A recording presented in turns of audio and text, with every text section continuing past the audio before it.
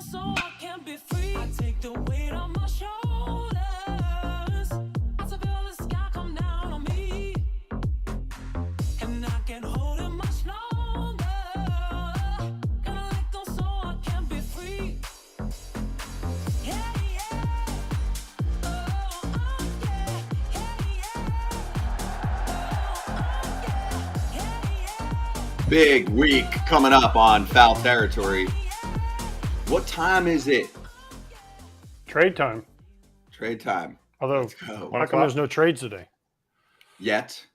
They're all No sleeping. trades yet. They're all at Scott's rave. They're still waking up. No, that's the beauty of the rave. You never go to sleep. You just keep making trades throughout the night. There haven't been any like 2 a.m. trades or anything, but we're going to talk to Ken Rosenthal in just a second. Let's start off hot. Number one, Tuesday, we're going to be on forever. We are having a Foul Territory trade deadline rave. It starts at 1 o'clock Eastern time, and there it is. Boom. Okay. It goes until 6-ish. That's when the deadline ends. So we'll let all the GMs wake up because they'll be all sleepy from their late night conversations, and maybe a deal or two overnight from Monday to Tuesday. And then all of the last minute ish that they do, which I feel like is their thing these days because they're such negotiators. They all, half the dudes think they're on Wall Street and they're trying to swing last minute, I don't know, stock trades. Sounding like I know what I'm talking about. And then for those 5 hours, we'll be breaking everything down, and then we'll get those last deals that always come in around the 6 o'clock time. We'll finish those up. I'll be at Todd Father's place. Same with Kratz. AJ's going to be down there. Russ Dorsey's going to join us for a while, and we'll have about a billion other people joining us too. So if you're into that, join us for the party. Okay. Unfiltered trade conversations. Can't wait. And I'd like to get quick take from you guys before we get to Ken on the Scherzer deal. Are you texting him right now, AJ? Yeah, I was trying to get him to come on and talk about it. But no, he declined because he hasn't decided if he's going or not yet. Oh, wait, he just did. I'm sorry. He's going. Dude, that thing's done. No, I know. Listen, I'm not surprised because when I was in New York a couple weekends ago, I heard I'm going to break Ken's story here. My Met sources that Verlander wanted to stay and Scherzer wanted out once they decided they weren't trying to win. And I'm not surprised. I'm surprised Texas went in for him.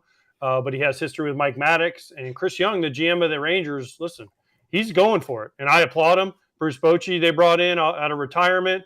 They've spent a ton of money on guys. So listen, I'm all for it. I hope Scherzer goes there and is happy and deals for him. Plus, I have back-to-back games coming up, the Rangers 2 weekends in a row. So I'm hoping I get Scherzer and Montgomery for at least one or two of those games. Boom. There you go. Let's bring in Ken Rosenthal right now for more on the Mets situation because they might make another splash. And Fair Territory's out there right now. Let's charge the damn mound with Ken. Okay, Ken, Scherzer's gone over the weekend. Are we going to hear a Justin Verlander trade scenario pop up where he's going to have to decide on a no trade clause that he would ditch? My guess is yes. And the reason I say that is because of his reaction yesterday after he pitched, earned his 250th win, and said, like Scherzer said the other night, he wanted to hear more about the organization's direction. And it seems that if you trade one, why wouldn't you want to trade the other? Now, the difference is, actually, I'm not even sure this is a difference, but like Scherzer, Verlander has a full no trade. He might not want to go. We don't know his intentions, and we don't know if he feels the same way Scherzer did, or if his family considerations are the same, different, personalities different. We don't know any of this. So there might be only one or two teams he'd be willing to go to. You hear this. You hear only Houston or maybe LA, Dodgers. Again, it's unclear what he would be willing to accept and what he would not, what his thoughts are regarding the team going forward. This all will play out over the next, 24 to 30 hours, and we're going to find out. But I do believe the issue will come to a head and that he will be presented with a trade possibility. So does this mean the Mets are now in on Ohtani, that they got rid of Scherzer and it's possible they could get rid of Verlander? Or is this just hey, this is what we got and we have an opportunity to better a farm system that's low? It seems right now, Eric, that it's the latter, that they want to reposition the money in a different way. And with the Scherzer deal, they used the money, some of it, to go effectively buy a prospect, Luis Angel Acuna. They could do the same thing with Verlander. I guess they could take a different approach as well to get prospects back, or I don't know. It could be anything. But I don't know that this is laying the groundwork for an Ohtani move, because keep in mind, with Scherzer, they are still paying approximately $36 million over the next 2 years. That's money that's charged against their luxury tax payroll. And with Verlander, it might be a similar scenario. Obviously, Steve Cohen does not seem to care much about these financial limitations and restrictions, but does that mean if he's getting rid of these two guys, he's simply going to go get another guy? I don't know. It's unclear at this point what exactly their direction is. You heard Billy Epler say yesterday, it's not a fire sale, it's not a liquidation. We'll know at 6 o'clock tomorrow night if it was indeed as he described it or if it was something else. Well, Ken, if why get rid of Scherzer if you're not going to get rid of Verlander? Now, I'm sure you heard me say that when we were in New York together that I was told Verlander doesn't want to go and Scherzer wanted out. So that's played out. But who else can the Mets trade? Because they don't have a ton of value. We've talked about this before. But if they're going full fire sale, yeah, Verlander would be nice. But then they still have these contracts on the book. They have Lindor still. They have all these other guys. They have Alonso. They have all these other guys that are still on the hook. So can they really reset the payroll just with Scherzer and Verlander and paying down all this money? Because they got one player back. Now, I heard he's a good player, but they only got one for Scherzer, and they had to pay a ton of money. So it seems like, yeah, it sounds great on paper, but is this realistic for them to turn the organization around in one trade deadline? I don't know that that's what they're trying to do, AJ, and we don't know what their plans for 24 are just yet. I wrote today that if they're going to trade Verlander on top of Scherzer, okay, but their preference has been starting pitchers on shorter-term deals with higher average annual values. That's the way Cohen and Epler have operated. That's what they've wanted to do. If you trade those guys and you want to compete in 24, then you've got to go back into the free agent market for, if not Shohei Ohtani, Julio Urias, Aaron Nola, Lucas Giolito, Eduardo Rodriguez, Marcus Stroman. Name a free agent starting pitcher. There are a number of good ones who will be available this winter, and they're all going to want longer deals. So that would require the Mets to adjust their approach on starting pitching in free agency. Maybe they will, maybe they won't. But right now, guys, you're asking me all the right questions. I don't have the answers, but the deadline will reveal truths. It always does. And I expect by 6 o'clock tomorrow night, we'll have a better idea of what exactly is happening.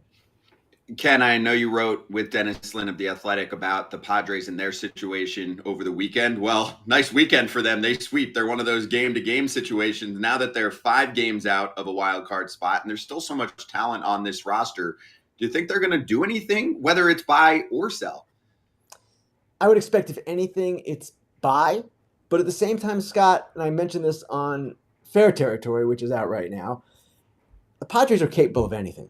They have proven that under general manager A.J. Preller and their owner Peter Seidler in the last few years. They've repeatedly shocked us and done things that maybe make your head scratch a little bit, or you scratch your head, but then you kind of hear their explanation and you might not agree with the logic, but you see the logic. I would not be surprised by anything they might do, whether it's trading Snell or Hader, Snell and Hader. It doesn't seem likely or possible at this point, but maybe they trade one to get some other piece that they want, prospects that they want for something else. There are all kinds of things and ways that they can go about this. The most prudent course, it would seem, would be to simply strengthen this team. It needs depth, position player side especially, pitching side as well. That would be the way to go, because if you look at run differential, if you look at playoff odds, these all point favorably for the Padres. So a sell doesn't make sense. Even a modified sell doesn't make sense unless they're getting something to help this year's team. But if this year's team needs something, where do they look at? Because this year's team has just been underperforming on the field. So are they going to take some of those guys who they're saying, well, we did sign you to this, but now we're bouncing out of that? No, what they would do, I would expect, Eric, would be prospects. And they have never, A.J. Preller has never been afraid to trade prospects. So again, if they're getting lesser guys, depth guys, I guess you would describe them, that's not going to cost you a ton in prospect value. So that maybe is the way to go. But A.J. Preller, we've seen this time and time again, guys. You got to follow history a little bit, right? He is a big swinger. So that is why I don't necessarily anticipate or try to anticipate anything with him because it's impossible to. Ken, I know there's a lot to keep up with the deadline, but have I missed the Baltimore Orioles doing something transaction-wise over the weekend? Did I miss something, or are they just sitting around like they did in the offseason when they have a clear-cut need and a ton of prospects? And maybe this is their best window to win. We don't know. Well, they have added Fujinami to their bullpen, so that's one. They did not do anything over the weekend, Scott, and you're right. As the deadline approaches, we are still waiting. They just demoted Tyler Wells, one of their best starters in the first half, and it kind of points again to their urgency with regard to their rotation. They have younger, less experienced pitchers who are all dealing with innings limits and fatigue, that kind of thing. Grayson Rodriguez looks great, but he's past his career high in innings, and who knows how long he can pitch at this effective a pace. So they need a starter. We've known this for a while. We've known, as you said, they have prospects galore, duplicates in many positions. I do expect them to do something. There is not an excuse if they don't do anything this particular deadline, but I'm not willing to judge any team until 6 o'clock passes. And even then, obviously, trades cannot always be judged instantaneously. But with regard to the Orioles, they clearly need to add, and I would like to see them add, but we'll see what happens. Ken, who in the division? We saw, you mentioned Fujinami. He pitched great last night against the Yankees. The Yankees are last place. What do they do? And then the Orioles passed the Rays in that division. What do the Rays do? Do both these teams need to make moves to bolster their team? And have the Yankees just given up? Because everything you read is, we're not going to do anything. I don't know if they've given up, AJ. I wouldn't put it like that. I just don't expect them to do anything dramatic because, as I said on the Fox broadcast Saturday night, they have not proven worthy of another investment in prospects or in payroll. You don't trade prospects, big prospects, in a position like they're in, the way they've played, and you don't add payroll when you've already spent almost $275 million. So I would be surprised if they did something really big. You never know, obviously, but they're not in a position to go much further beyond where they are right now. The Rays, yes, they are looking for pitching. They're much like the Orioles. They want to add to their rotation, bullpen depth as well. It's not easy right now. There aren't many starters available at reasonable prices in these teams' minds. We've seen some starters go for some big prices so far. Giolito, Montgomery, Scherzer, even though the money was involved. So I expect the Rays will be active and make some moves, but at the same time, it's a lot of teams in the same position. The Reds, the Diamondbacks. I can name others. The Dodgers, my goodness, they want pitching. They had the highest ERA in July, second highest in club history for a single month. So there's all this demand, not enough supply, and that is what we are facing right now, this crossroads with the few hours left before the deadline. If the Orioles don't make a move, are we going to look at the Angels and say the Angels priced the Orioles out of the market because of overpaying, and they're just like, I don't want to get rid of any prospects? It's a fair question, Eric. And yes, one deal does influence another, and the price has risen, I would say, based on some of the returns so far, the Giolito one in particular. But at the same time, I always kind of just don't feel much empathy for teams that say, oh, we got priced out of the market, or teams that say, these guys are holding us up. They haven't made a decision here. And there's nothing we can do. We're all waiting. The industry's waiting. No. You're all on your own. 30 teams. You can all do what you want and when you want it. So if the Orioles get priced out by their estimation, well, they didn't act soon enough. And they can say then, well, we couldn't act quickly because teams weren't ready to move. But no team owes any other team anything in this circumstance. If the Angels decide they want to overpay because they're going for it in Shohei Ohtani's potential last year with them, that is their absolute right. And the rest of the industry has to deal with it, then they have to deal with it. Hey, Ken, I'll mix in one fan question here asking about the Cincinnati Reds, because they're obviously right in the thick of it in the Central and even potentially now in the wild card with a lot of those teams kind of coming down and it being very muddled in the middle there. So what do you think the Reds could do? And have you heard or seen any activity so far with them? Probably focusing on starting pitching, I would imagine, right? It's funny. I didn't name them just now as one of the teams looking for starting pitching, but yes, they are one of the teams looking for starting pitching. What I'm told with them, this can always change, is that they're really reluctant to part with their better prospects, even some at AAA right now, for rentals, because they feel those prospects, the guys who are close, are going to help their big league club this year. And they've got Hunter Green coming back. They've got Nick Lodolo coming back. They might be okay from a starting pitching perspective. I don't buy it. They still need starting pitching and a veteran to be at the top of that rotation, ideally. The prices are high, and this is another team that they didn't expect to be here this quickly, perhaps. But they are going to try. Whether they accomplish anything, that remains to be seen, because they are reluctant in that regard. Just what I said. Close to the big leagues, they're not really willing to trade that kind of player for a rental. Hey, Ken, how much do teams – have you seen the website or Twitter thing that's trade value, whatever – I don't forget exactly. Yes. How much do teams look at that? Because I see like Lucas Giolito is a minus 0.7 something, and then they trade for like a AA catcher, and he's like $20 million player. And you're like, wait a minute, Lucas Giolito is a proven big leaguer. This guy's AA hitting 200. So do teams look at that, or do they have their own values? Teams have their own evaluations, and their own valuations, I should say. And it's funny, AJ, you mentioned that, because after the Scherzer trade, I started asking some people in the game, okay, how do we value Luis Angel Acuna? How do we value Scherzer? Why $36 million? Neither of the teams involved would really answer that question. I'm not even sure there is a specific scientific answer. But what I was driving at was Acuna's value. How much is that prospect worth? Now, it's not $36 million, because Scherzer is part of the package too, right? And he's valued at greater than $0. But teams do have their own systems and their own dollar signs that they put on players. They don't necessarily mirror that website's. They probably don't in some cases and do in others. But that is how they go about it. And yes, it's very specific. Great stuff, Ken. Appreciate the time. I know it's crazy. Back to biz, and we'll talk to you soon. Thanks, guys.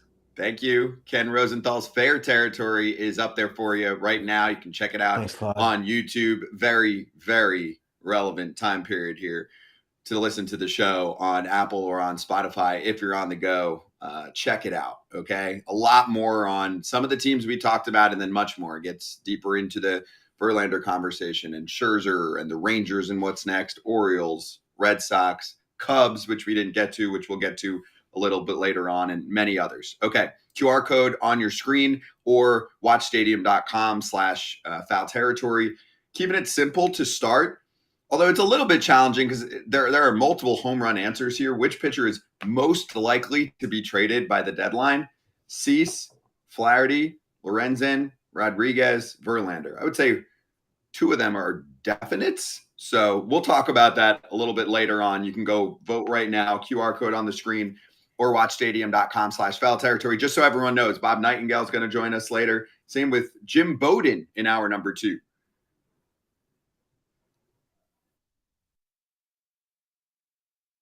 But as for Judge, yeah, he's down at the Florida complex today, getting some at-bats in a rookie game, and it seems he's getting closer to a rehab assignment. He's certainly been on that progression, and I don't think it will be terribly long before he is back.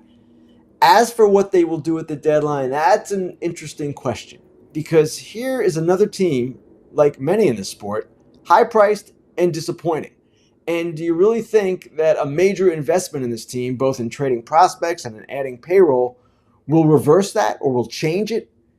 I don't know that you can make that judgment. Now, obviously with Judge coming back, you will see the Yankees look more like the Yankees did in the first couple of months, because without him, it's a different club. But I would expect that they'll go get a left fielder in some fashion. They'll supplement their bullpen. But I don't know that they're going to do anything major. I don't know that they should do anything major. Well, to me, if they were going to trade Ohtani, Scott, they should have done it a year ago. And that was the time, and that was when you could have gotten basically the equivalent of the Juan Soto trade that the Padres made with the Nationals. That kind of return that went back to Washington.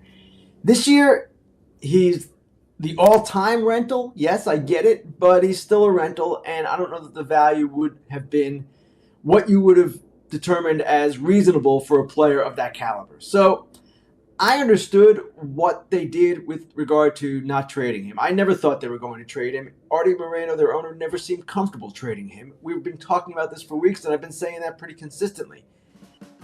And now back to Foul Territory.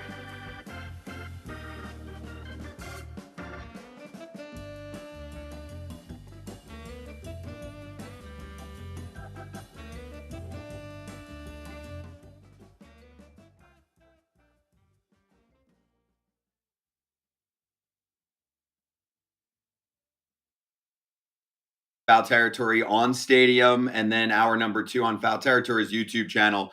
We'll hear from Jim Bowden, and Bob Nightengale is going to join us soon on the show as well. Insider City right now. This is their time to shine. So Ken joined us, gave us his take. We'll also take your question throughout, but Kratz, I wanted you to comment on what you thought from Scherzer, and I'll piggyback off of that, because at one point, not long ago, we were like, oh, Mets might mini sell, but not the big boys. And now it looks like, yes, with Scherzer gone, Verlander could be gone too, and they're hitting the reset button. Yeah, it's a weird reset button, though. It's not like our normal reset button in the MLB where it's like, oh, we're going to, it's going to be a 2-3 year rebuild. I don't see what's going on. If they don't make a huge push at Ohtani, I don't see what the point is, unless you're like, it didn't work out because we had older pitchers. I don't know. Like we said on Friday when we were doing our role playing, unless Kate says Verlander's out, Verlander ain't out, because some people like New York. May I just say that I thought it was a brilliant move by the Mets, because they're not going anywhere. Those are two pitchers that are at the very, very back end of their career, no matter how you slice it, when you get to that age, right? Even if they do end up going multiple years after this, I mean, they're getting paid a lot of money. The Mets are nothing this year, right? They waved the white flag, which we talked about last week. So you get rid of a good chunk of money, not all, but a good chunk of money off that deal. And the one thing in my mind, AJ, is that Steve Cohen always talks about the Dodgers. I want to make sure that people realize his dream is to be like this consistent top of the division championship contender every year that not only pays for the big boys at the top, like the Freddie Freemans and the Mookie Betts, but also has a nonstop flow of prospects. They don't have that at all right now. The Mets system, it's consistently over the last 10 years versus the Dodgers, it's not even in the same stratosphere. And they have to not only rebuild the system, but rebuild the development program. So in my mind, when you bring in someone like Acuna, he is immediately going to be their top prospect. So they went quality over quantity, and you got a big time prospect, which you need more of that. Guys that, like the Dodgers have done for years, you look at and go, Urias, Bellinger, right? And go on and on of how many players that they've brought through the system. Will Smith, right? I mean, we can come up with 10, 12 guys probably over the last decade that the Dodgers have groomed that have been really good. So if they want to be the Dodgers, this is a way to do it when you're not competing. Here's the thing. What were the Mets known for like 1962, whatever their first year was, until about 2015? What do they always have? Homegrown pitching guys. What do they have now? No pitching guys at all. They keep bringing up all these prospects, right? Beatty, Vientos, Alvarez behind the plate, McNeil, Nimmo, all these guys. They're all position players. What don't they have? Pitching prospects. And what did they go trade for? Position player prospect. They need to figure out how to develop pitchers, because if they don't develop pitchers, you have to find them somehow, which leads you to overpaying for veteran guys like Verlander, like Scherzer, like Quintana, like Carrasco, right? The list goes on and on and on for the Mets. Now, they were supposed to have this in Harvey, Syndergaard, all these guys. Well, they all went away. That was almost 10 years ago now. The thing is, how do we develop pitching prospects? How do we find pitching prospects? They're not out there that often, and when they are, you got to go get them. The problem is the Mets don't have the assets, i.e. position players or pitching, older pitching that enough people want, where they can say, hey, we'll give you a Francisco Lindor, because they signed him to a long-term deal, and most teams don't want to take that on. Now, maybe Jeff McNeil, long-term deal, Nimmo, long-term deal, right? Who can they trade, or who can they go get and say, all right, you're going to be our guy for the next 7 to 10 years? They don't have those guys in the system, nor are those guys readily available through any other organization unless you overpay for them if you're the Mets. And it's going to be a tough road to hoe. I don't care if they bring in Stearns from Milwaukee or if they keep the status quo they have now. They need to figure out a way to develop pitching and not have to go buy their entire pitching staff. Yep, that's very fair. And for the Rangers, I think, Kratzy, they're doing what we hoped the Orioles would be doing. Not only did they pick up Max, which if he looks like the Max that he's been at times, right? He's been inconsistent. Like his numbers are like a number 3 starter, but there's been those starts where the slider's on and you're like, okay, if he finds it and gets on a run again, this is a huge pickup for them. Then they add Jordan Montgomery. Then they add Chris Stratton, and they keep improving their pitching, knowing that they've got injury-prone dudes. Evaldi's on the IL. Martin Perez and Andrew Heaney are okay. Like, this is a major supplement in my mind for a ball club that's looking around in the American League. Like, why not us? Statistically, Max is doing, like, you see the 4 ERA, but it's like 4.01. So you look at that and you're like, his strikeouts are down a tick. His velo's down a tick. But still, statistically, there's a stat called Stuff Plus. Now, it's a put-together stat of all the things, spin rate and everything, nothing about results. He's still top 15 pitcher in the big leagues. And when you get a guy that's competitive into that environment, to me, I don't think you need to help a guy like Evaldi, but I think you get a guy like Heaney, he might get a little uptick from a guy like this. He can create an environment that will help this team. And I love the pick. I love the pickup, because I think this is a Chris Young. This is what happens when you have ex-players in your front office making moves. And Chris Young said it so many times when we played together in 2015 with the Royals. He said, twice in my career, I missed out on the playoffs by 1 game. He's like, I will do whatever it takes to not miss out on the playoffs. AJ, how do you weigh the AL West now? So we can mix in what the Angels have done, but also for me, important is the Astros too, because when we got off on Friday from the show, we covered the Lance Lynn deal and Joe Kelly moving over to the Dodgers. And then that's like our deadline of the last time that we were on this show. Right after that, Kendall Graveman going back to Houston, which I thought was a great move by them to pick him up from the White Sox. With this Rangers weekend, 3 more pitchers, you think Houston should be the front runner for Justin Verlander? For somebody. Have you seen their pitching lately? Other than Framber, who's been really good, the rest of those guys haven't been the same. I mean, obviously, Urquidy's out, Garcia's out. Javier hasn't been as good this year. He hasn't been as unhittable as he was last year. He's also thrown a ton more innings than he has if you count the postseason. Last year, their starters are kind of banged up. Their bullpen's been getting beat up too. Why? Because their starters don't go deep into games as they did before. So, yes, the Astros have to make a move. With what the Rangers did, they absolutely fired like their shot. They're like, Astros, Mariners, come get it, because we're going for it. We're all in. And you have to love what the Rangers did, like Kratz said with Chris Young. The problem is the Astros have to go do something. Now, what's out there? Again, what is out there that you can go make a trade for that is going to change and make up games for you? I mean, is it Justin Verlander? Is there someone else? Stroman seems to be off the block now. He was kind of the big name. Do you go make a move for a Dylan Cease? I mean, if I'm the White Sox, I'm listening to everything on Dylan Cease. And if some team like the Astros says, hey, we'll give you our top 5 prospects, you have to make that move, because guess what? The White Sox aren't winning this year, and the White Sox ain't winning next year with Dylan Cease. They think that they're going to build around Cease and Andrew Vaughn and Luis Robert. Okay, Luis Robert, keep. Mm-hmm. Andrew Vaughn, look at his numbers. They're not great. I love Andrew Vaughn, great dude. Not great, right? Cease, 1 year of control. Who's Cease's agent? Is it Boris? It's Boris. Guess who the White Sox hate? Boris? Guess who always lets their players go to free agency? The White Sox? No, Scott Boris. Boris. Right? All Boris. He checks all the boxes, right? Yes. What did we say the Angels should have done if they were going to trade Ohtani? Trade him with 1.5 years of control. How many times do we say this?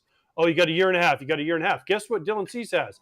1.5 years of control. You trade him now because, again, listen, I'm a White Sox fan. I'm a realist. They're like, oh, they cleared all this money. And, well, I think Bob Nightengale tweeted it. But guess what they have? Moncada makes $27 million last year. So all the money they traded has already been eaten up by future payroll commitments. So why not trade Dylan Cease now and get your highest return possible for him? Because guess what? If you're not going to compete next year unless you go out and spend money. The White Sox don't have a history of spending a huge money. And to be honest, the free agent class ain't that great this year. So why not trade him and get 4 or 5 guys if you can that can help you, not this year, for 3 years ago. Because guess what? The White Sox are rebuilding again. Whose favorite word in the world is that? A GM. Because guess what? They get 3 or 4 more years. So why not make the move now and give yourself a better opportunity sooner by making the move now instead of later? I'm with you. I love that. And we'll get to the Angels portion of this with Bob Nightengale coming up. So new partnership. Oh, I got those. Those are sweet, by the way.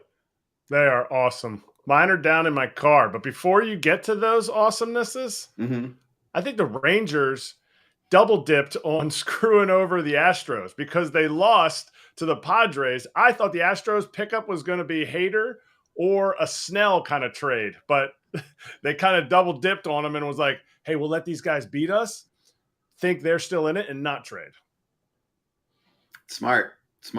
There's still time, though. There's still time. And you can talk teams into anything. You just got to give up the prospect capital to pull it off. So these are called Shady Rays, by the way. It is freaking hot around the summertime right now. Next show. AJ, you have them Tuesday? Yeah. You're going to model for us on Tuesday? I'm going to go grab them when we're in break here, and I'm going to ask you who you think I look like. Want to shout out our new partnership with Shady Rays before we get to Bob Nightengale on the other side of our quick break here. So they have you covered with premium polarized shades that will not break the bank. We're watching out for you. Use the code FOUL at shadyrays.com to get hooked up with really the best deal that they have for you of the summer. It's exclusively for Foul Territory listeners and watchers. Shady Rays giving out their best deal at shadyrays.com. If you use the code FOUL, 50% off 2+ pairs of polarized sunglasses. You can try for yourself the shades rated 5 stars by over 250,000 people. And here's some of the best parts. If you lose or break your pair, even on day one, you get the pair. They told us they're going to send you a brand new pair, no questions asked. You can wear them with confidence because they've got your back. You break it, you lose it, whatever happens, they don't ask you anything. No excuses, right? Again, like we're trying to pair with brands that are for the people. This fits what we're all about right now, okay? It is the most insane protection plan in all of eyewear. Every pair of sunglasses is backed by that lost and broken replacements guarantee that you have for there. It's an independent sunglasses company, world-class product, just as good as any expensive pair that you've ever gotten. So again, check out shadyrays.com and use the code FOUL for 50% off 2+ pairs of polarized sunglasses. We'll swing right back with Bob Nightengale from USA Today. Hopefully he'll break a trade for us live on FT.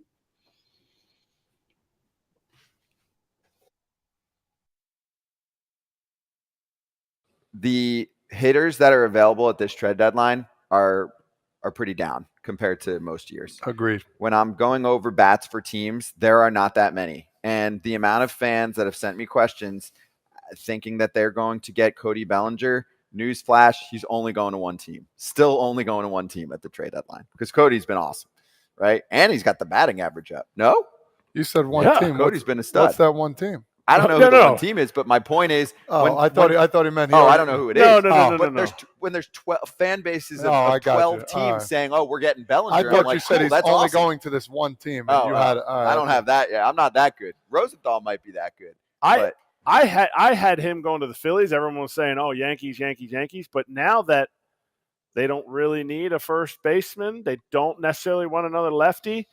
Bellinger's been hitting lefties a lot better recently, which is big, but he's not hitting lefties with any breaking balls. He's hitting fastball lefties. Mm-hmm.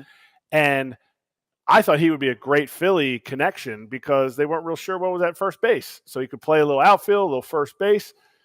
Now 3 games in, are the Phillies set at first base with Bruce Harper? Now, Stroman's not pitching well, and he has the player opt-out that, hey, if he really doesn't pitch well the next couple months, teams are definitely going to be afraid of on the other end. Bellinger looks like he'd be the best bat available. Do we really think the Cubs are going to be a serious playoff team and they're going to buy now instead of selling away Bellinger where they can get probably 2 high-end prospects for him? I don't know. Now, Scott, remember, they've sold the past 2 deadlines, and they play in Chicago, a big market. It's sort of time for them to start thinking about winning, wouldn't you say? And now back to Foul Territory.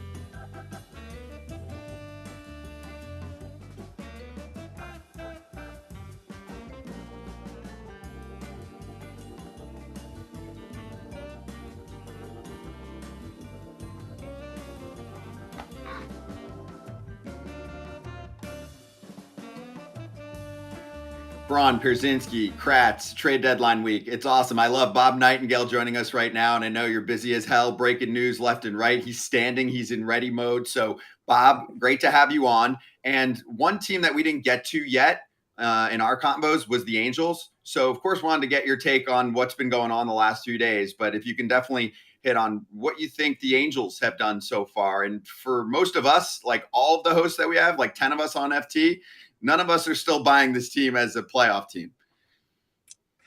I'm crazy what the Angels did. I think they are doing the right thing. Ohtani was never on the market. You know, every time I talked to Perry Manazian, I say, we're not trading him. So Artie Moreno and Cooperstown, we're not trading him. Nobody wanted to believe him. Remember now, they want to sign this guy just like they did Trout. Nobody thought they could keep Trout. They did. The only way to re-sign him is to be competitive, trying to make the playoffs. Now they're doubling down by, grabbing some pieces. They're still on the outside looking in, still more of a long shot. But at least they're trying, and they're going to try like hell to sign him as a free agent.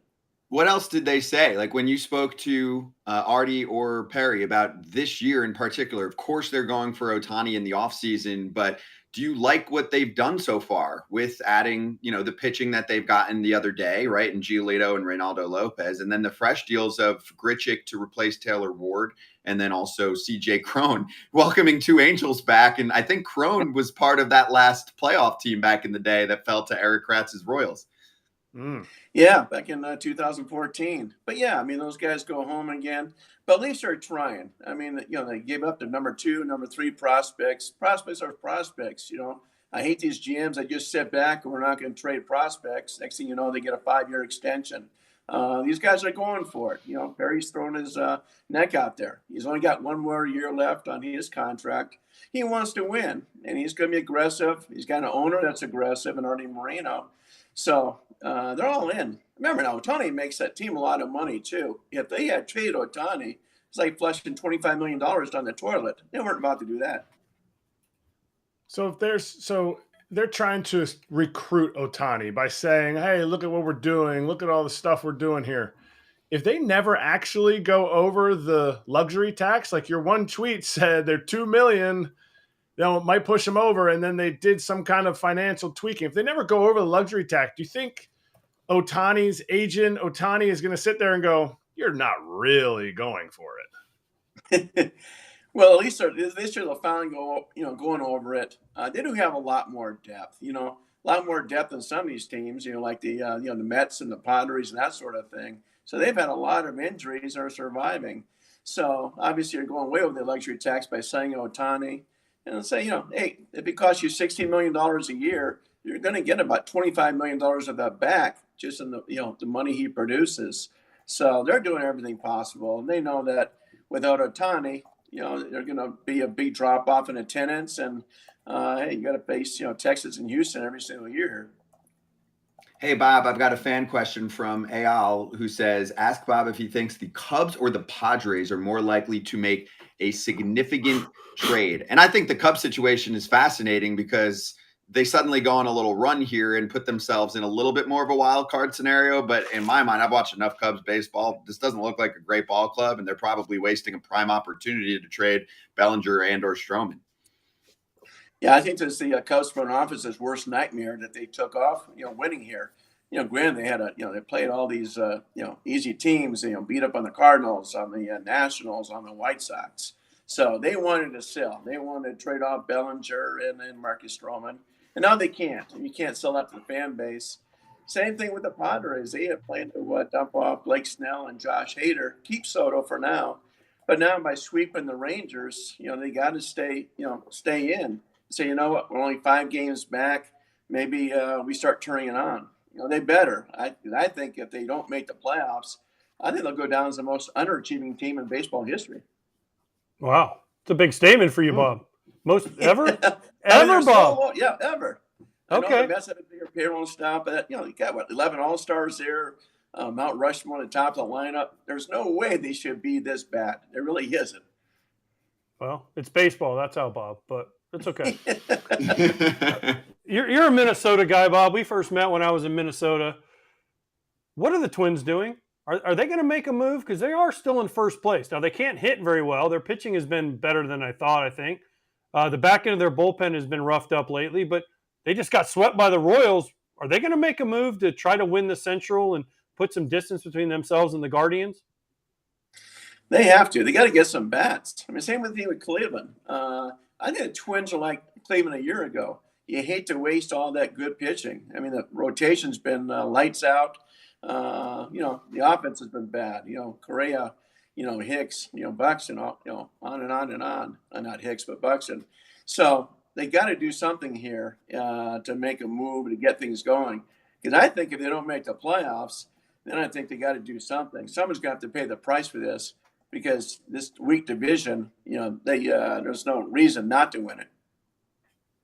Hey, Bob, getting some questions right now about the St. Louis Cardinals. So they are doing what they're supposed to be doing. Montgomery goes in the trade yesterday along with Stratton. Jordan Hicks goes yesterday. Jack Flaherty, I'm sure, will be traded over the next 24 hours, as well as Paul DeJong. Those guys are all free agents, though, after the season. Do you think that what they're doing right now has made sense? Do you like what they've done? But then the next layer is, should they be listening more seriously to any potential offers for Nolan Arenado or even Paul Goldschmidt? I think they're very intrigued by the Dodgers with the Arenado. It's like, okay, can we really get enough free agent pitching and make trades so we can be competitive in 2024? I think if the Dodgers had made a big, serious offer, they might have done it. Obviously, Arenado would have lifted his no trade clause to go to L.A. He's from there. I just don't think the Dodgers offer enough to quite tempt him to do so. So I like what they're doing, but we'll see what they do in the offseason. And this team makes as much money as anybody. There's no reason in the world where they shouldn't be in on every big free agent. They should certainly be spending like the Padres do because, they got the ballpark village right there. That's free money. Big crowds, 40,000 a night. So they should be spending more than they do. And I think they have to if they want to be relative again. Bob, Jordan Hicks to the Blue Jays. Was that something that happens because Romano goes down? Was that something that was a quick moving thing? How is this? What is, because this isn't something that I had heard before this. Yeah, I mean, teams like Texas were all over him. I think when Romano went down, it scared him to death, saying, hey, we're too good of a team to not make the playoffs because of an injury here. Let's get Hicks, team him, 1-2 punch for a playoff run in the playoffs. I think they'd be aggressive. I think, they've teased the fans long enough there. I think they have as much talent, if not more, than anybody in the AL East. So anything, without a deep October run would be a disappointment. So I love what they do. I know people say it's a high price tag, but so what? You got a chance to, to make the playoffs and go deep for the first time. They haven't been the World Series since '93. All right, Bob, a couple more fan questions for you, which are exactly things that we want to ask you anyway. So, J-Mags, anyone know what the Yankees are going to do? So, another weekend for this team, Bob. I know Judge is just back, but they lose 2 out of 3 to the Orioles. I don't even think they should be going game by game at this point anyway. But if you're the Yanks, do you just kind of hold and stay quiet for once? Would you buy it for them? It doesn't seem like they're going to sell, and they don't have that much to sell in terms of short-term rentals anyway. No, I don't see how you can sell either. I think buy. Do modest buys. I mean, there's really nobody out there that's going to be worth the major buy anyway. So I think you buy and just try to get in the playoffs, then take your chances on Cole and everybody else that you can have a nice run. Just having Aaron Judge back makes such a big difference. I think if Judge does what he did the first 2 months, his value to the Yankees is probably going to finish second in the AL MVP race, or he should. It's Ohtani. I mean, it's amazing what he means to that franchise. Okay, and then staying in the division, we've got a question from one of our regulars, Toasty. Is there a chance the Red Sox trade Alex Verdugo, Seattle maybe for Miller or Wu, Miami for Cabrera or Garrett? Clearly he wants some pitching for the Red Sox and is trying to use someone that's currently on the ball club. But Boston's been quiet, Bob, and for a while we thought this wasn't a great team and they were going to be sellers, but they're also in the market for some pitching, right? Yeah, they're kind of caught in no man's land too. I think the front office probably wants to sell, but they're hanging right there in the race. Verdugo doesn't have that much value, okay value. Seattle's more caught in the middle there. I mean, they're listening to offers on a few guys, including Teoscar Hernandez. They played very good baseball in July. I don't think they're going to buy, but I don't think they should not sell. Hopefully they don't. It'd be kind of crazy to wave the white flag when you've only had one winning season the last 21 years. One playoff season in 21 years. It's time to actually, go for it. It doesn't sound like they will, but they should. Nobody goes for it, Bob. They all want to hold on to their prospects. Okay, Right. prospects have value. You gotta fight The double exactly. The 20-year-old kid in Double A is worth $20 million, but the established big leaguer is only worth $1 million. So bad trade, whatever. The Astros and the Rangers are fascinating to me. By the way, from now on, you call me Iceman. The Astros and the Rangers are interesting to me because Texas just said we're going for it, right? The Astros haven't really done anything. Yes, Graveman, nice pickup, but are the Astros now have to do something because of what the Rangers did, and will their front office be forced to do something and pay a higher price because of what the Rangers did? They should. There's no reason not to go get Verlander, bring him back, let the Mets pay $15 million or whatever. Give away some prospects. You got a first-year GM, Dana Brown, scouting background. I'm sure he does not want to give up prospects, but you got to go for this thing. I don't think the window's open that much longer for those guys. Remember now, Bregman's a free agent, I think, after next year. So is Altuve. You got to go for this thing. So I think they better be aggressive or be very disappointing. Same thing. They sell out crowds all the time. Great support. Just go for it. If you believe in your scouting and farm system, go get some more prospects. It's not like that's going to be the last prospect you ever get.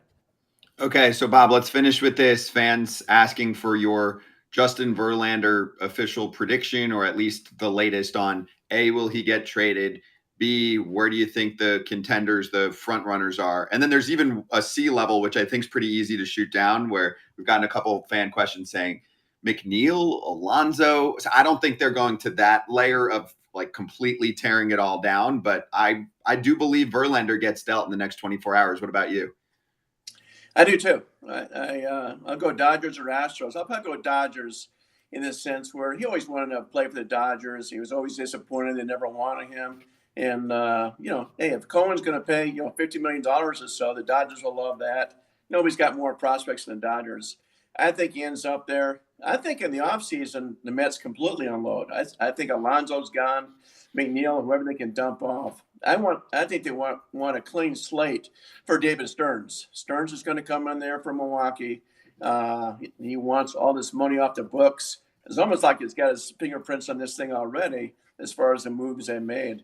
So, yeah, I got Verlander going there. Whoa, I can't let you go off that. You think even someone like Pete in the offseason gets dealt away, or they don't lock him up long term? You don't think there's, I don't know, somebody in this team right now that's part of the core? I mean, Pete, to me, it's like your power hitting first baseman who can hit you 50 plus, very well liked by the fan base, very marketable. You think they'll just say, scrap it all down, let's start again, and they can sign a bunch of guys? Because I don't think we know this, Bob, you can agree on this, right? Like, they're not going to be doing a rebuild, even like the Nationals are doing within their division, where you spend no money, you pile up prospects. You don't think they're going to do these years of pain for their fan base, do you? No, but I think they'll be contenders next year. So if you're not going to contend next year, why keep Alonso? If you're going to sign him, how come you haven't done it already? You're signing everybody else, and there's got to be a reason when they do so. And I think by bringing Stearns in, he's from Milwaukee. They had a small payroll. I think he wants all the money off the books as possible and say, you know what, let me construct a team the way I want. If you're not going to contend next year, why keep Alonso?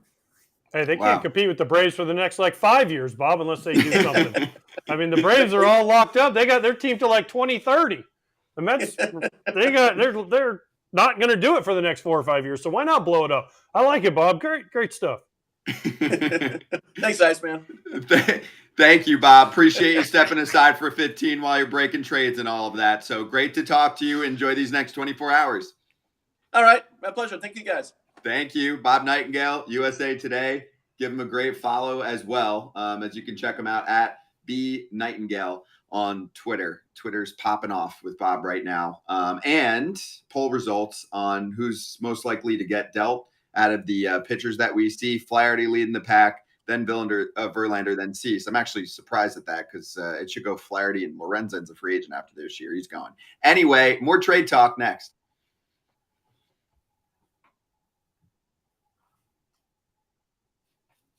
well, when this guy comes back, well, what do we do with this other guy? He's been pitching so well. Elder's really the only guy that checks that box. The Braves went through Dylan Dodd, Jared Schuster, even a 20-year-old A.J. Smith-Shawver they brought up. I mean, that's a guy with a lot of promise, but none of those guys were really able to hold on to rotation spots. So I think that there's an eagerness and an anticipation to get Fried and Wright back in this rotation, but there's also been just very much everybody deals with injuries. Brian Snitker says that time and again, and I think they just have taken that next man up mentality to the next level, and they've been able to do a lot despite not having two of their best pitchers all year.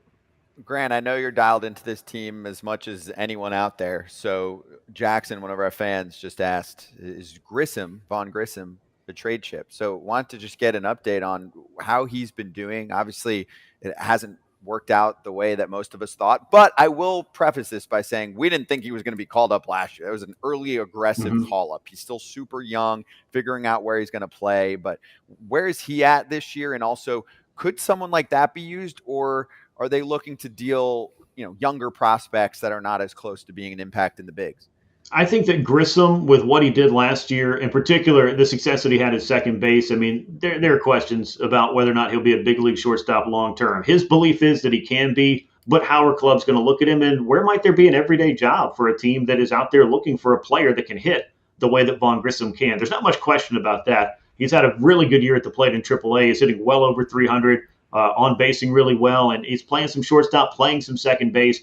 And I do think that that's the kind of player that when you put a package together, especially at 21, 22 years old, a lot of teams would love to have somebody that they could, put at the keystone position, or they could try him out at shortstop and give him a little bit of run. But I think even though he came up this year and didn't necessarily light the world on fire in his second go round at the big leagues, that's probably one of the Braves' main trade chips. And looking at A.J. Smith-Shawver as another one, I don't anticipate him being the kind of arm that they want to move because of the age and the upside. But, if you're able to make the trade that puts a team that's this good over the top, I think, pretty much everybody's in play right now. And now back to foul territory.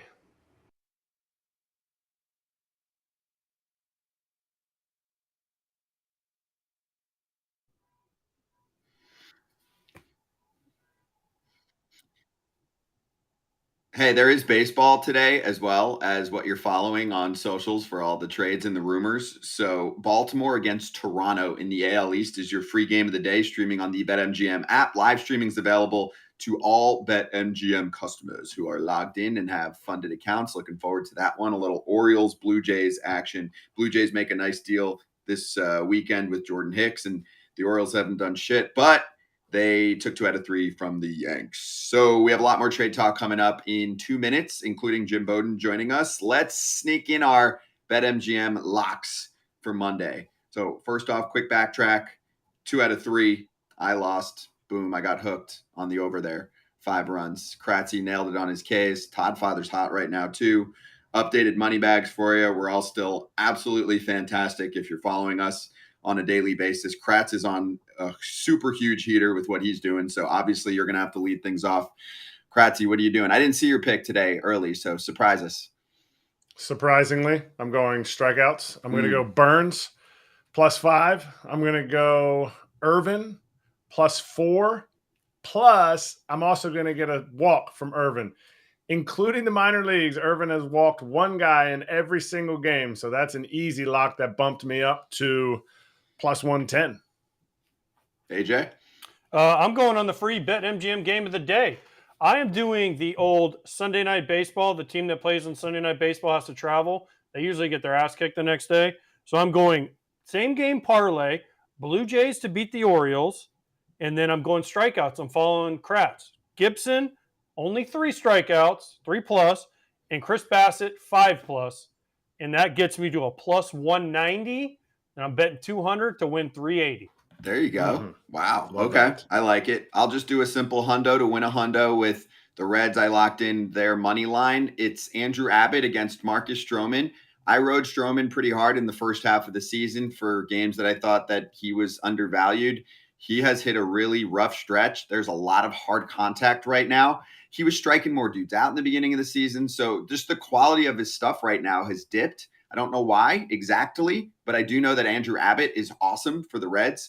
and the Reds shouldn't be an underdog against the Cubs tonight. So I'm taking the Reds. We'll see what happens there. And a reminder to everyone, the game is still running on the BetMGM Sportsbook app on iOS or Android called Swing for the Fences. You can play free up until September 7th. You're a batter. You pick an area of the zone, and depending on the result, like single, homer, triple, pop out, you receive the prize associated with that type of hit. You can play once a day. Prizing must be used on MLB and expires in 24 hours. Okay, 1 minute to go here on Stadium. Then we're going to flip it over to the Foul Territory YouTube channel. I want to remind everyone that on Tuesday, as in tomorrow, we will be on 1 o'clock on Stadium as usual. We will then continue until around, I'll put the time at 6:30, because by the time the trades at the end at that 6 o'clock hour roll in, give us a chance to react. We'll go off at around 6:30 Eastern time. Kratzy's making the trip to Todd Father. So am I. AJ, me, and Russ Dorsey are going to hang out for the beginning there on Stadium to go over everything that's flying around rumor-wise and trade-wise and react to whatever happens from last night. So looking forward to that. Kratzy, I need you to be a grinder on Tuesday. Oh, you know I'm going to be a grinder. It's just like they said in Sandlot. We're going to be there forever. It's very true. It's very true.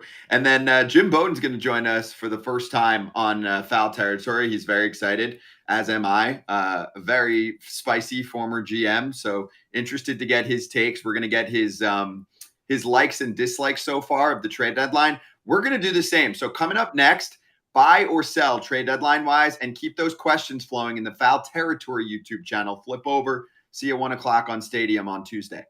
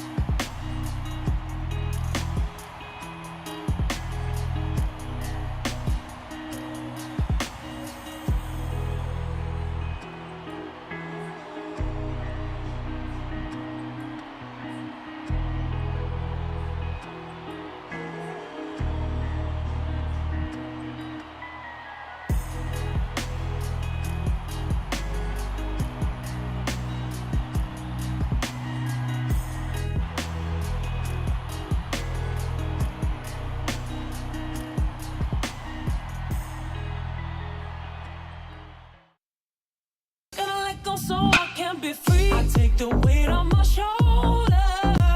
I feel the sky come down on me, and I can't hold it much longer. Gotta let go so I can be free. Yeah, yeah.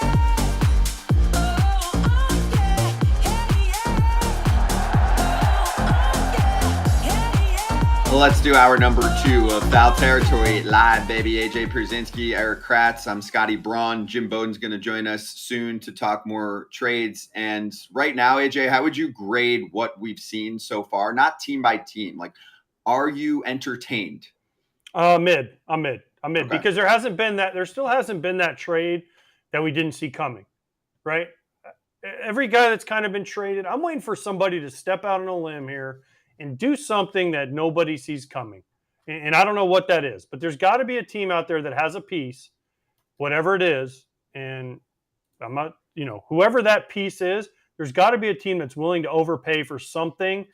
And for a team to say, okay, think we're in it, but we're really not in it. Boom, here's this player, and get back just a huge haul. And that's when listen, it's been good. Everyone thought, oh, no one's going to get traded. Well, there's been some names traded. There's been some good moves. But I'm waiting for that surprise because we haven't had that shock and awe yet. Do you have any examples for us? And does someone like Justin Verlander count coupled with Scherzer? Because I do feel like a week and a half ago, if I told you Scherzer and Verlander are gone, you'd be like, okay, let's go. So are we taking that for granted? Scherlander. I think as soon as the Mets started selling, I think that became more of a realistic thing. So I think Scherzer getting traded because of the no trade clause, I think is surprising. But it's also surprising because we thought the Mets were going to be there with the Braves at the end this year, right? They're obviously not in it. And then Verlander, they just signed. So to see him shipped out after only half a year in a Mets uniform, I think that would be surprising. Not because they're shipped out and the Mets are selling, but more because the names and were supposed to be the rock that this team was built on for the next 2 years. And all of a sudden the Mets are like, yep, we're shit canning you. See you later. I would say more than mid for me. I would say just because of the level, just because we're even talking about Scherzer possibly going, talking about Verlander going, then Scherzer goes, and it's like, whoa, I think there's been a lot of mid moves, and all of them together, I think it's been an above average trade deadline so far, and I'm excited for the last because there is a lot of teams that haven't done jack yet. So I'm really excited to see what happens. Here you go, Krautsy. What if, I'm just throwing it out there. The Cubs lose. Stroman pitches poorly tonight. The Cubs lose. And they're like, you know what? Screw this. We're trading Bellinger and Stroman. Now, see, that would be like, whoa, reverse course out of nowhere, right? Or, I don't know. I'm trying to think of someone else. Okay, we talked about. Okay, I think that's a great one. Cease gets traded. They said they're not trading him. Sorry, I made a mistake. He's got 2.5 years. So they could even get more for Dylan Cease, right? Because he's got another year of team control. So I apologize. I thought it was only 1.5, but it's 2.5 years left on his contract. Say the White Sox are like, screw it. Boom, we're completely blowing this thing up, and we're going to trade Dylan Cease to the Orioles for Jackson Holiday. Whoa, okay, that's out of the blue, right? Something like that. I mean, it's been good because of some of the names involved, but until that team makes the move, like when Juan Soto and Hader got traded last year, that was like a holy shit moment. That holy shit moment hasn't happened yet this year. And I was hoping that was going to be the Padres move. I was hoping Blake Snell, the way he's pitching right now he's 9 to 13 strikeouts a game right now. And it's unbelievable. I thought he was going to be that guy, but I don't know. I don't know, but don't trade Dylan Cease for Jackson Holiday. That would be a reach. And it would be so White Sox too. They would still have no pitching, and they'd be like, oh, cool, now we have a shortstop to build around. Like, I don't think the Orioles should do that because I don't think that's a big pickup. But I understand what you're saying. You don't think Cease would be a big pickup for the O's? I think that would be a huge pickup. Yeah. I think it would be, but I think the O's need to make moves that are going to, I guess, with the 2.5 years of control. That's huge. I think Holiday for Cease is actually like a pretty close. You'd probably have to add more of a lower level guy to the mix there, just because of the amount of control with a deal like that. But I mean, doesn't he automatically become their one? Oh, well, they have a shortstop though as their one. No, I'm saying Cease. Doesn't Cease become the O's one auto right away? He's game one starter in the playoffs. Stuff-wise, he's definitely above the rest of the pack, even though he's had his inconsistencies this year. That's the number one team I've got my eye on right now is the Orioles. I'm like, what the fuck are they doing? Because I'm telling you, the Yankees are going to improve. They always do quickly. The Red Sox are going to keep building. All these teams in the AL are going to get better. The Orioles are going to be, we're so good for the next 5 to 7 years. That never happens, especially for a team that doesn't spend to supplement it. So thinking that you're going to be the next Rays or even the next Astros, if you're the Orioles, right? They haven't spent even close to what the Astros have done in a long time. So I'm very concerned for what I'm seeing right now in Baltimore, which is a big fat nothing. Hold on. Before we get off this, though, you mentioned the Rays. The Rays are beat up more than anybody pitching-wise, and they haven't done a thing. And if you talk to people that know the Rays, they don't have any pitching coming either. We talked about the Mets and their pitching problems. The Rays don't have much down there either. So what are the Rays going to do, and who can the Rays – because remember, the Rays took off, and we were like, oh, the Rays are won the East already. But guess what? The Orioles are right past them, and guess what they have now? They're trying to play catch-up. Meanwhile, the rest of the league is kind of back up to the Rays level, and the Orioles have passed them. So what are the Rays going to do to not only to help their pitching staff, but also mentally help their team? I mean, we should have had a month of wins over unders, because this is the month that I would have taken the under on wins for the Rays. This is when they start getting tired because of how they use them, because of how they just beat their pitchers up. And if they don't have anybody in the pipeline, like you said, AJ, it could continue this trend. I mean, they're essentially a 500 team without that start that they had. Below 500, not a 500 team, below 500. All right, so I want to remind everyone that's with us right now. First off, we'll keep mixing in your questions, and we can take your questions for Jim Bowden, who's going to join us in about 10 minutes. But also, on Tuesday, hit a like on this tweet for us. You can join the first ever MLB trade deadline special extravaganza takeover, whatever you want to call it. FT Live, 1:00 on Stadium and their Stadium YouTube. Everything's free 99 to watch us or listen to us all the time. And then 2:00 to about 6:30, we'll keep running it with all of the reactions. So make sure you check that out. AJ, you have a question for me before we dive into the next seg? Are they called tweets anymore? Because it's not called Twitter. It's called X now. So are they like Right. X marks the spots or something? If Elon wants to sponsor Foul Territory, we can talk. Otherwise, they're called tweets. How's that? I You mean, know that's me. fun. I'm on the FT sales team. I'm very strict. I am very understand strict. that. I'm just wondering for future reference if we still call them tweets or we call them X's or. I thought something it else. doesn't. Why does it matter to you? You had one of the best jokes in a while a couple weeks ago. You're like, I'm a threader now. True. Which Content I haven't heard creator. much about them. So, Content creator. content creator. AJ, the content creator. I do want to do a segment on that one time. Not this time because we've got trade talk to get to. So let's sizzle right now. Hot corner time, baby.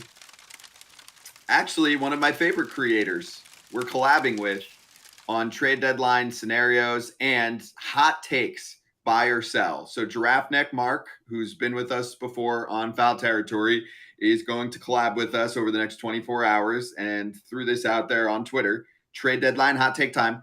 Reply to this tweet with your hot takes about the 2023 MLB trade deadline for a chance to be featured in the next episode of Buy or Sell on his YouTube channel featuring us, Foul Territory TV. So let's run through some that we chose right now, and we will begin with Sloppy Joe. 2023 Angels equal 2021 Braves. Parentheses, small pieces acquired at the deadline become a huge part of a deep playoff push.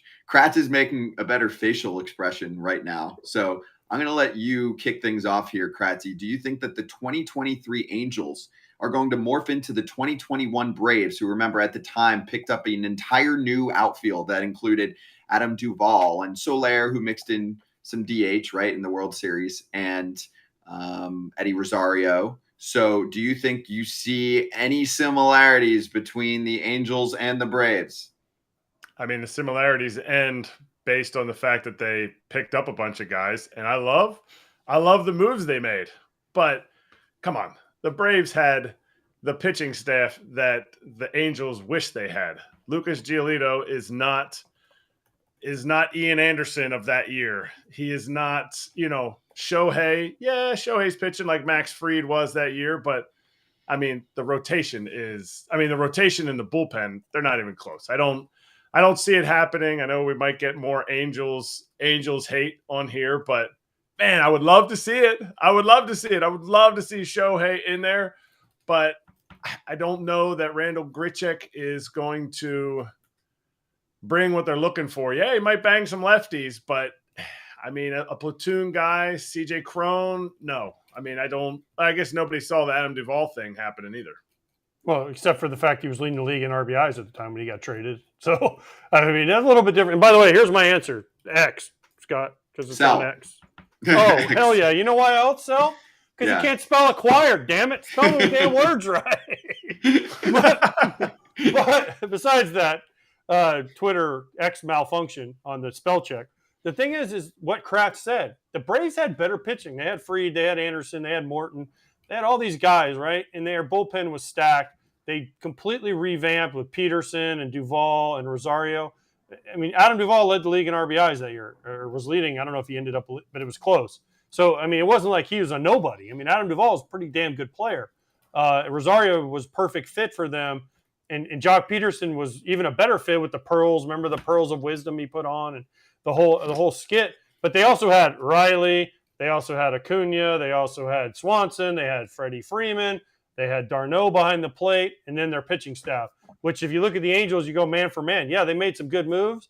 They don't live up to the 2021 Braves. And the bigger question for me is, will the Angels even get in? Because if you look at the American League, are they going to pass the Astros? Are they going to pass the Rangers? And then which ones of the East teams are they going to pass up? They still got a long ways to go to even get into the postseason. Yeah, I still don't see it. I really appreciate the effort. I like it, although I'm also a realist, and I just don't think they're as good as the teams that they're chasing. And the teams that they're chasing keep doing things too. I know I'm knocking Baltimore, but Baltimore's 2 or 3 notches above them, and they might win the division anyway. But when I go head to head with a lot of these teams, and I'm a schedule guy, I'm looking at schedule. They're in the gauntlet right now. Didn't go off to a great start. They lost 2 out of 3, almost got swept if they didn't pull off the late win yesterday against the Blue Jays. Just not a good enough ball club for me. It helps a ton when Trout comes back if he's feeling good, but that's a tough injury to come back from too, especially from a power perspective right away. So let's move on to the next one. Buy or sell. This hot take from Jay Margles. Cubs are buyers and make a splash to try to win the division. Our Midwest specialist, our Chicago specialist, Cubs fans love him. AJ Pierzynski, take it away on the Chicago Cubs. Are they buyers making a splash to try to win the division? Buy or sell? That would be the holy shit that we talked about. The Cubs go out and get somebody huge, right? Because they went from, 3 days ago saying Bellinger and Stroman are traded to now we're going to bring in a splash. That would be the holy shit moment we're waiting for. I hope they do it. Listen, I love when teams are aggressive and they try to sell their fans. But we always say, let's look at history, and the history say the Cubs won't do it because they won't spend the money and they won't make the big splash because, again, they're building slowly. Screw that, man. You got a chance to win a weak Central. Let's go, Cub fans. Let's go get the Ricketts to do it. 7 out of 8 they won. What are they going to win? 9 out of the next 10 and really make a move? No, this is the worst thing that could happen for the Cubs. Winning and not trading 2 pieces that go right up. As soon as the Padres said, no, we're not getting rid of our guys, they go right to the top of the list of available pitcher and position player that has versatility too. Unfortunately, sometimes wins come at the wrong time, and this is definitely one of the times. But I love that you get to throw the X up for the Cubs. That is just your White Sox fodder is just all on board right now. It's not X for the Cubs; it's X for the Twitter. Yeah, Xer. that's true. Although this clip's going on YouTube, so screw X or whatever the hell they want to call it on Twitter right now. Okay, they're not our friend right now. But here's our next hot take. It is from a Scoot Braun, and he says, "Bring back 2 deadlines, please." All caps. So he must have hit the all caps lock button by accident. Bring back 2 deadlines. More sellers would emerge in a couple weeks. I'll start. I feel like this guy actually is leading us somewhere. 2 deadlines was something we had years way back in the day, like, I don't know, 2021 or whatever year we got rid of that, where you'd have your July 31st-ish trade deadline, and then a month later, your waiver trade deadline, which was a little confusing for fans, but you don't have to know every intricacy. You just know that, for example, one of those Justin Verlander trades could occur. The reason why I think it's such a buy now, AJ, is that we have an extra wild card team, and it is the ultimate tease for so many teams and fan bases, which is great for the sport because it keeps more people involved, but it also is bringing a lot of false hope to ball clubs like the Angels and the Cubs right now, especially. I'm with you. I mean, they just had a great week. They are not a playoff team, and they could have gotten a lot for Bellinger and or Stroman. So I think 2 deadlines. We don't have to do it the exact way that we did it in the past, but we need to create another deadline again. I'm cool with the waiver deadline again, and it doesn't have to be at the end of August. It can be maybe the middle of August. But your thoughts on what that dude Braun thought? First of all, Scoot Braun, he's smart.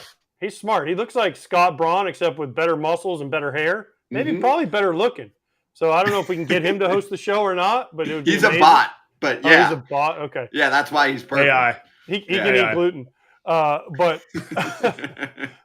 I love this. Here's the thing about the second deadline. You didn't often see very many major moves made after the deadline.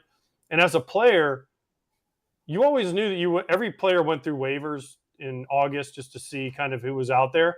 And it didn't happen very often, but every once in a while a team would get caught and they'd get stuck with the player they didn't really want. It happened I think Randy Myers, happened with the White Sox with Alex Rios. You don't see a lot of huge deals made then, but every once in a while teams will get caught with, hey, we're not pulling that guy back. You got him. And teams are like, oh crap, like we didn't really want that guy, but okay, we'll take him.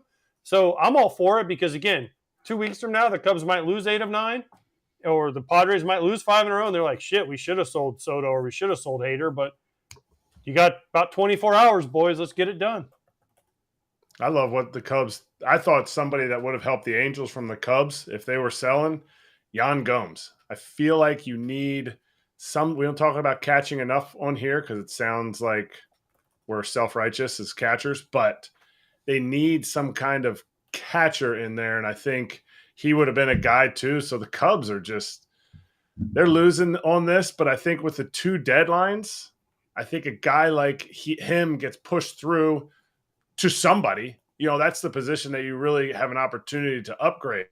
And some bigger contracts. I would love to talk to some White Sox people about the Rios deal, but anyway, that's not here or there. I know the story. We don't have time for it right now, but I'll tell you the story one time about how Rios ended up over there, and it was not what you think. And also, by the way, you know who else Yan Gomes would look real good in uniform right now? Kratzy? Pinstripes. Yankee pinstripes. Okay. I think he would be a lot. Story at some point. I think, yeah. Catching needs to be a thing for some teams right now, but there's just not enough available. Okay, so I'm last available. one here. You're available. And then, yeah, okay. No, you're not. We need you. So last one, buy or sell, and we'll bring this into our guest as well, Jim Bowden, joining us in 1 minute. Brian Kim with this hot take. Yankees won't do much at all. Will miss the playoffs. Kratz, do you buy or sell? No, I sell it. I don't think they're going to miss the playoffs. They're going to figure out a way to get in, and we're going to be talking about them in the middle of September as a team.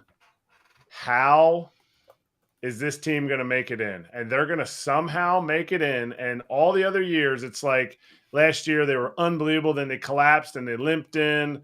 There's other times when they do it kind of, they won the wild card by 6 games. So they set their rotation. This might be the first time they're going to have to absolutely scratch and claw to get there.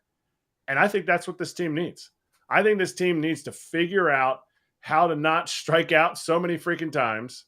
They need to figure out how to win games when it's not just, we'll hand it over to our really good bullpen and they're going to look really good on the mound and we're going to go ahead and win. No, it's got to be scratching and clawing, and they might even have to bunt to win a game. Who knows? But I think it's something that they need to learn how to win again. And so I'm going to say they make the playoffs. Oof.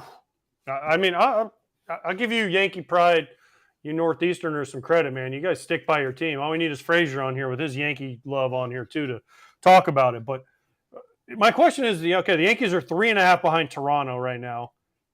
They're 3.5 behind Houston, and they're 7.5 behind Tampa Bay. They're not catching Tampa Bay.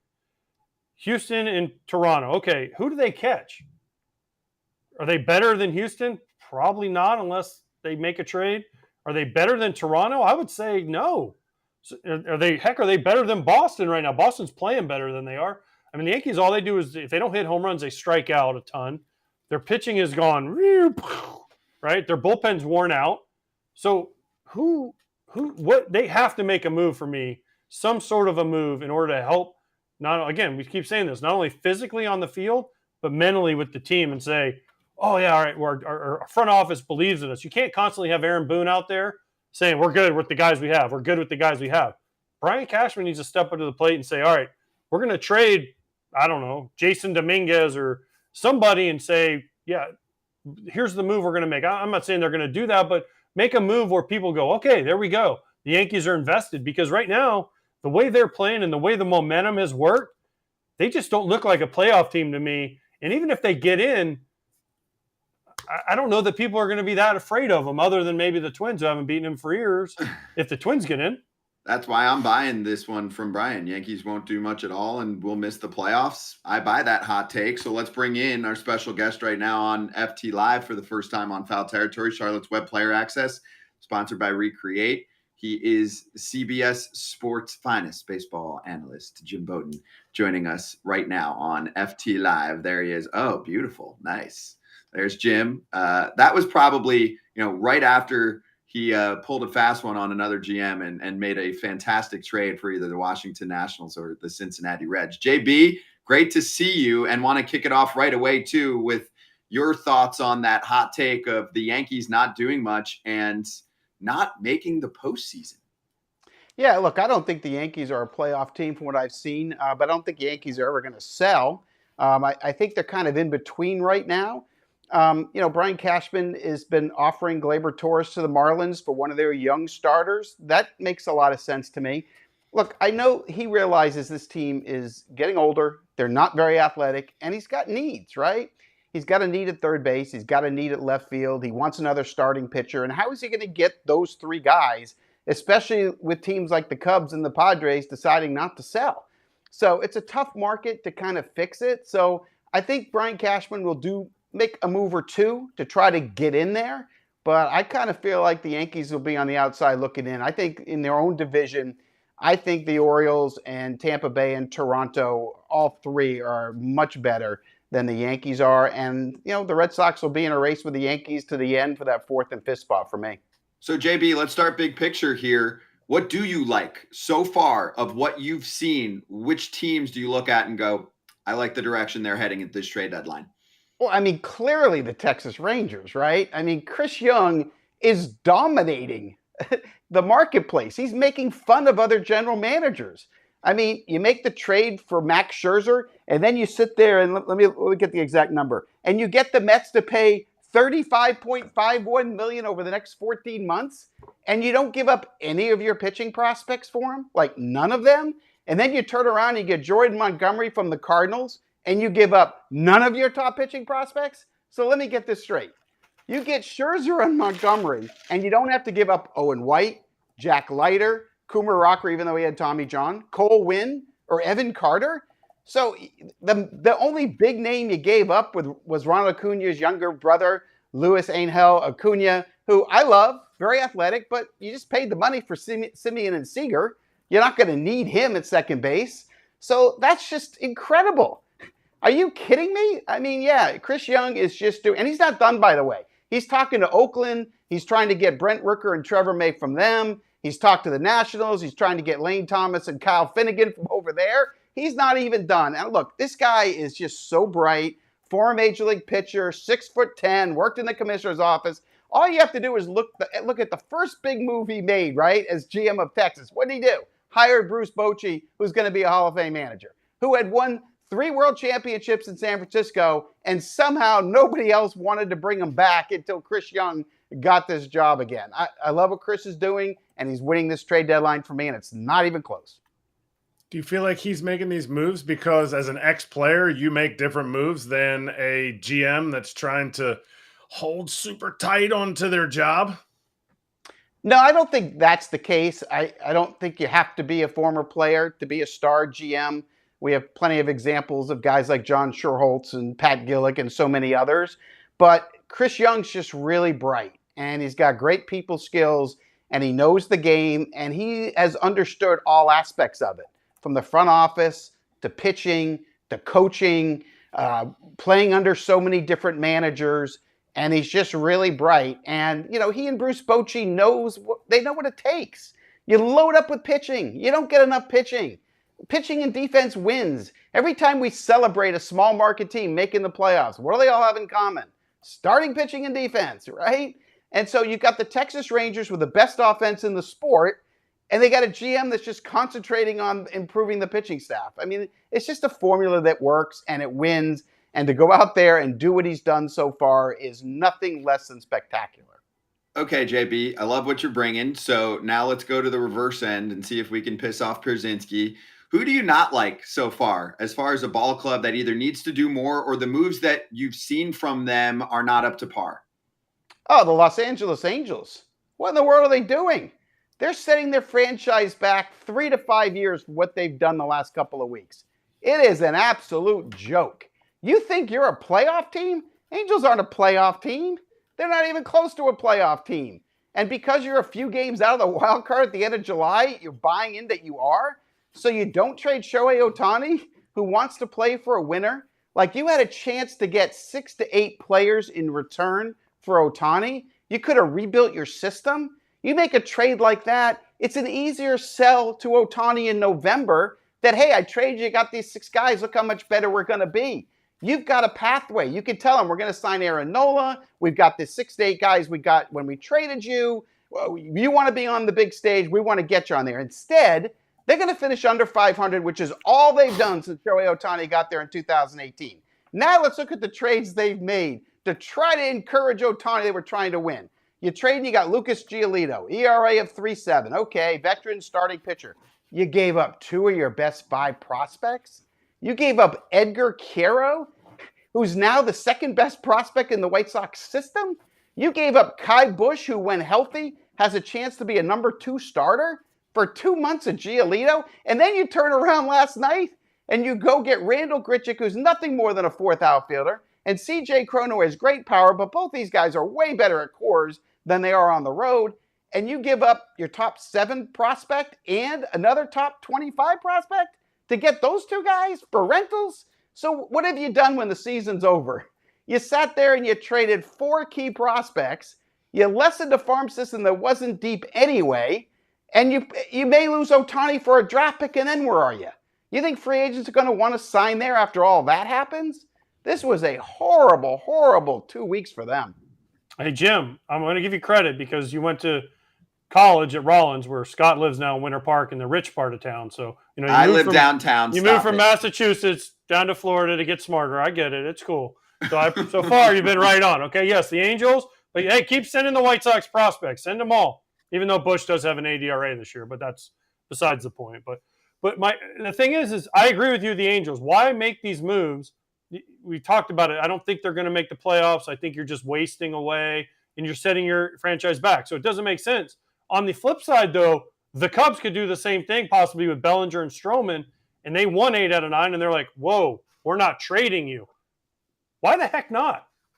Yeah, they should trade him. It's the same thing. It's the same thing to me. Cubs are not making the playoffs. They're going to finish in 3rd place behind Milwaukee and Cincinnati, and they're not going to be a wild card team. And they absolutely should sell. And let me tell you why they should sell. If they trade Cody Bellinger, he'll be the best hitter traded at the deadline. You know how many teams are lining up for Cody Bellinger? From the Phillies to the Yankees to the Guardians to the Padres even. I can go on forever. Marcus Stroman, if he's traded, he might end up being the best pitcher traded. And you just saw the return that the Mets got in Scherzer and the offer that they're going to get on Verlander. Like, you absolutely sell. You know what you have to do when you're running a baseball team? Don't sit there at the deadline and get emotional on winning streaks or losing streaks. And don't sit there and fall in love if you're a few games back. Evaluate your team. Take a deep breath and tell me what you have. Tell me if you think you can win the division or a World Series. Because I can tell you the answer is no to both on the Cubs. So for God's sakes, take advantage of a seller's market. Trade both of them. Load up with 5 top 10 prospects, which you're going to get based on what the White Sox got for Giolito and what they got for Lynn and Kelly. So you're going to do well. And then if you want to bring Stroman and Bellinger back in 2 months, do it. You know, go to Mr. Ricketts and say, let's write checks now. And then look where your organization is as you head into spring training when you're sitting there with 5 better players than you have now, plus you sign these free agents. You're absolutely right. You trade them if you're the Cubs. They're making a big mistake. They're going to end up buying. They're looking at a reliever. They're looking at a bat. They may go get Candelario from Washington. But I got to tell you, if I were them, I'd be trading both of them. Okay, so JB, I love the energy, and I've been excited to have you on here for a while. So we're going to do a little back and forth here. We're going to take a pause for a moment, and we're going to do something that's been very hot on this show over the past couple weeks. It's called role play. Oh. AJ loves what we're doing here. Yes, we love it. Okay, so I'm going to be mentally prepared to be the GM of the Padres in about 3 minutes. But before that, because we have our former GM on today in Jim Bowden, who ran both the Reds and the Nationals for a long time in Major League Baseball. He has been on these conversations. Many fans, JB, we have many, many fans in the chat right now asking about Justin Verlander, and not only your thoughts on where he's going to go, but how this situation goes down when, according to AJ, JV seems to really like the New York lifestyle. So maybe it's going to take some more convincing. So do you have your phone nearby? Do you have your phone near you? Okay. Yeah. So I'm JV right now. Okay. I'm living the life. I'm in New York. I just had my start. So I'm on one of my off days. I'm relaxing on my rooftop. I'm maybe at the pool. I got my 4-year-old and and Kate, and we're hanging out and we're having some afternoon tea, and you just made a deal, or you're about to make a deal, say, with the Dodgers. How does this happen right now? So I'm picking up the phone. Hello, Billy? Well, no. Well, first of all, there's no No? picking up the phone when it comes to Justin Verlander. Okay, I'm going to get in my my black Escalade, and we're going to go and talk to Justin Verlander one-on-one. I'm not going to do it on the okay. telephone. So screw the phone. Okay. Yeah. So I'm gonna go sit down next to him, and I'm gonna say, JV, you said that if we're not going to try to win in 24, that you'll consider going to be traded, and we've made the decision we're not going to try to win next year. We're going to build this thing from the bottom up, which, by the way, is not what's happening. But I'm doing the role play with you, and I'm going to say to JV, I'm going to say, look, we got a chance to trade you for the Dodgers. They've agreed to give us Bobby Miller, Michael Busch, and Gavin Stone in return. It's a deal we can't say no to. We'd like you to waive it. Look, I know you like New York. I know you came here. Our plan was to win. It didn't work out. You considered Los Angeles last offseason. I'm willing to pay some of the money down for the Dodgers to make it work, especially that vesting option in 25, which is $35 million, which they're uncomfortable with because you'll be 42 years old, which I get. But I'm going to pay some of that money down. Not as much as I did with Scherzer, but I'm going to pay some of it down because they're giving us 3 legit prospects in return. We'd like you to consider waiving it. And I'm only coming to you because I heard your comments yesterday after you pitched, and you were very clear that if we weren't trying to win in 24, that you'll consider moving. There's only one place I can trade you because nobody else, not the Orioles, not the Reds, not Tampa Bay, no one else will take on this kind of money. The Dodgers are willing to. Will you talk to Kate and get back to us because we really like you to accept this deal? Yeah, so Jim, I'm going to give you some good and some bad news, okay? So the good news is that I spoke to the Dodgers in the offseason. Remember, you convinced me to come to New York with a little more dough and a lot more on selling me what this city was going to bring, what this franchise was going to be about. We've enjoyed our time here. We would hang in LA. We have a house there, so we'd be in good shape. Problem is, taxes are even a little tighter for me in California. I signed a deal with you. I know the tax situation's not great here. I do have a no trade clause, okay? And I've been a longtime member of the Players Union. I'm going to need something else, okay, to convince me to go over to LA. I do have that vesting option with innings that I should be able to hit anyway. Next year's guaranteed, but for the year after that, can you guarantee my option right now? And then my bags are already packed. Yeah, we can't do that, Justin. Look, we didn't do it for Max Scherzer either, and it just doesn't make sense because you have to decide where do you want to be? You want to be in LA where you have a chance to win this year and next, or do you want to be here where we're 18 games behind the Atlanta Braves? Look, you need to do what's right for you and Kate and the family, and we respect whatever that is. If it's to stay here, that's fine. If you want to win, I'm giving you a pathway to win at a place that I know you'd be comfortable going to, and that's kind of the decision you're going to have to make, and whatever it is, we'll support it. Okay, so Kate said, you know what? I'm feeling great. I like both places. You do you. We do have plenty of money, but I get what you're saying with the Players Association situation and that option. So I'm going to bring in my agent as well. So can we bring him in? He's actually been hanging out here in the back. He's been having lunch. He's been talking to some of his other clients. AJ, what do you think I should do if I'm not getting anything else here? Should I just play hardball and say, you know what? Screw it. I'm going to stay with the Mets right now? I would play as hardball as I've ever been because the Mets need to trade me. They need to trade you, Justin. They have to trade you. And you can do one of two things. You can stay in New York where you're happy, or you can go to LA. Guess what? Kate can start modeling again. You can wear your fancy suits. You can wear the sunglasses like I have on my Shady Rays, right? we can style and profile like Ric Flair out in LA, and you got a chance to win another World Series. So I'm telling Justin, now, Jim, I've seen this play out because I was in with the Braves and we tried to trade Alberto Callaspo to the Dodgers. And he's like, nope, not going. I don't want to go.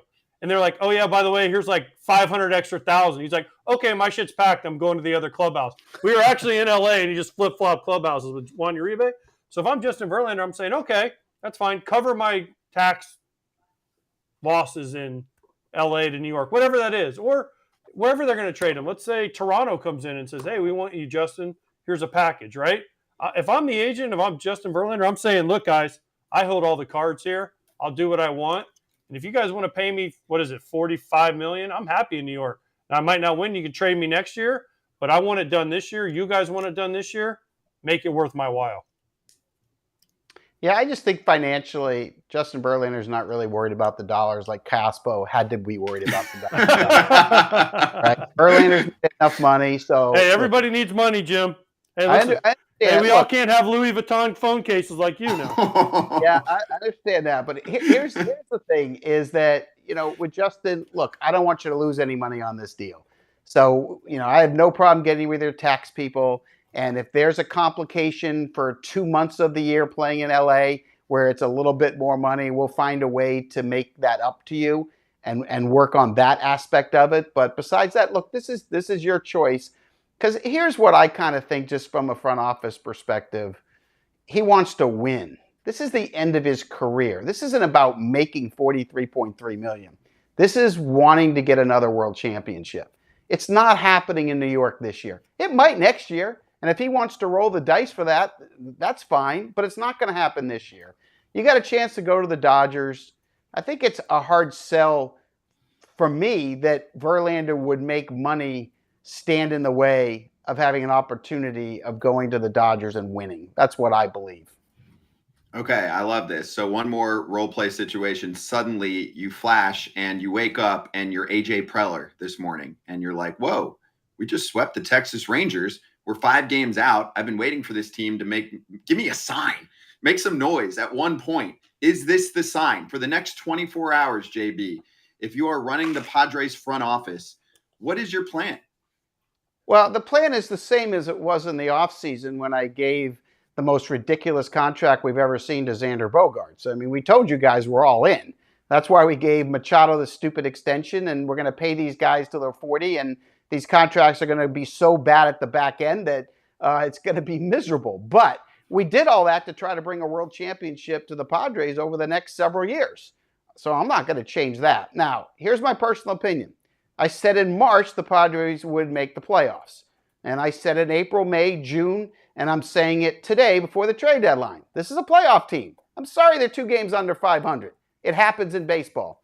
The Phillies fired their manager last June and ended up in the World Series. In 2019, everyone thought the Nationals were out of it, and they won the World Series. Look, they're 2 games under. This is what I do know. I do know their run differential is the 3rd best in the National League, behind only the Braves and the Dodgers. What I do know is their expected win-loss record is the 3rd best in the National League, behind the Braves and the Dodgers. What I do know is my eyeballs tell me they're the 3rd best team in the National League, and my eyeballs agree with the metrics and the underlying analytics. Okay, so that being said, I believe in this team. I have the whole time. I'm sorry they haven't played together. I'm sorry they haven't won. I don't get it. I'm frustrated. But if you think I'm going to trade Blake Snell or Josh Hader when I'm 5 games out with the money I've invested and the route I've gone down, you're friggin' crazy. They're going absolutely nowhere. I'm trying to win. When I traded for Juan Soto a year ago, what did I say? I'm trading for him because it gives me 3 postseasons to try to win a world championship. Well, this is number 2. Next year's number 3. I am going for it. You know what happens if I trade Hader or Snell? The season's over. Last year when the Brewers traded Hader to the Padres, their season ended. They gave the Phillies a pathway to get in the playoffs, and they got all the way to the World Series. Thank you, Milwaukee, for trading Hader. All of Philadelphia should be thanking the Brewers. What do you think is going to happen in that Padre clubhouse with all the money you've spent and all the investing you've done? And then you're going to turn around in the middle of a race when we just swept the Texas Rangers, who you all are calling the best team in the American League, and we just swept them, and we're only 2 games under 500. We're only 5 games out, and we're not even in August, and you all are still panicking? Are you guys friggin' crazy? No. What am I doing? I'm going to add a bullpen piece because I need help in the 7th or 8th inning. I'm getting Scott Barlow from Kansas City, and then I'm also going to get a bat for the bottom third of my lineup that's going to be able to create traffic. That's what I'm going to do. I'm going to add. I'm not going to subtract. I'm all in. Do you know I just broke the record for consecutive games sold out at Petco? Like, it's been ridiculous. The fans are behind me. I've made terrible business decisions, but I've made solid baseball decisions that so far haven't paid off. But if you all have patience, we'll be covering them in October. You said a bottom third of the lineup, bat that makes traffic. Is that what you think the Padres' issue is? They don't create enough traffic? Or you had actually said something in your little rant there about, I don't know why the clubhouse hasn't come together. I'm not sure exactly what your words are. Do you think there's something in either of those things? So, look, I think when I look at their lineup, it was too dependent on 4 superstar bats that never really have come together yet. They've never yet, but I think they will. But the bottom third of the lineup went through a long period where they just didn't produce at all.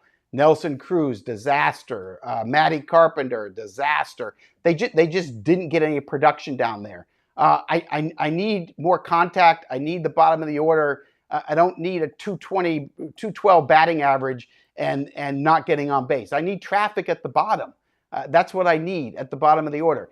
I lost a lot of games in the 7th inning.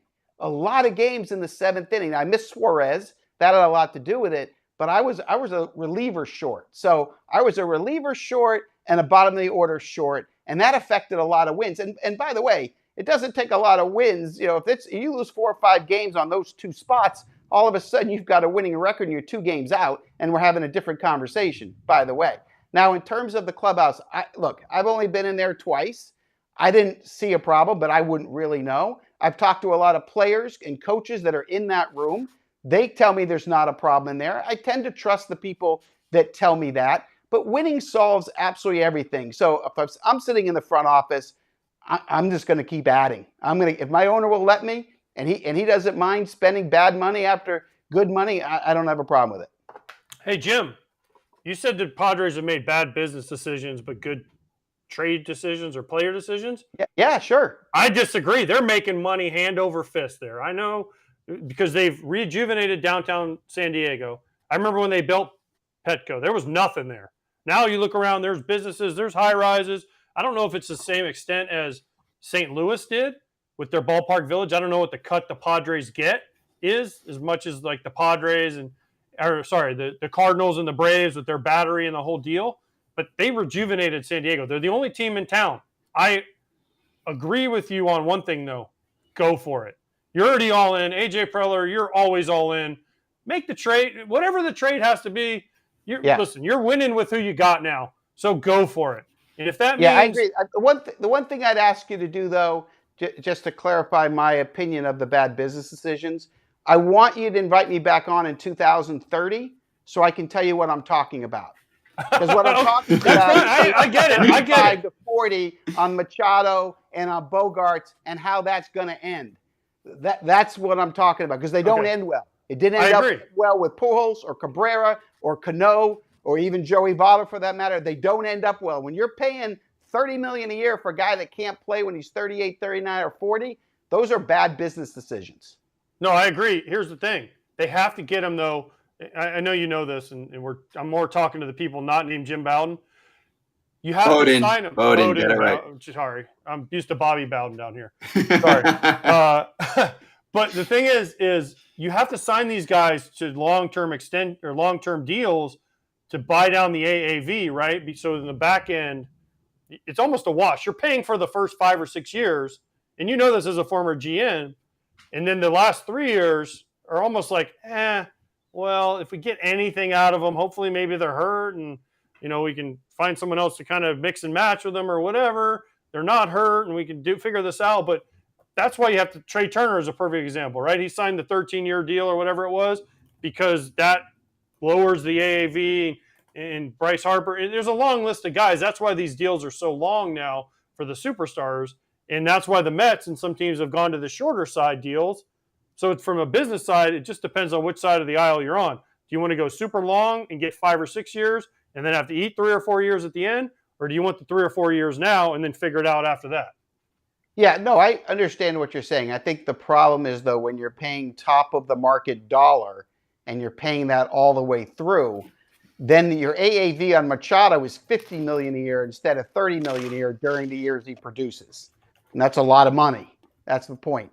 And anyway, I just think their contracts, the last extension for Machado and the Bogarts contract are not contracts that are going to be tradable in a couple of years. And look, I have no problem if an owner wants to do that, if he understands the risk of how it's going to play out. So now you got to win a championship. And my point is also, if you're going to invest that kind of money and you're going to take that risk and you're going to eat that money at the back end, then you better win a championship. So don't sit here at the deadline and tell me you're going to sell when you have a shot right now. So For me, Angels, Cubs, they need to sell. Padres need to buy.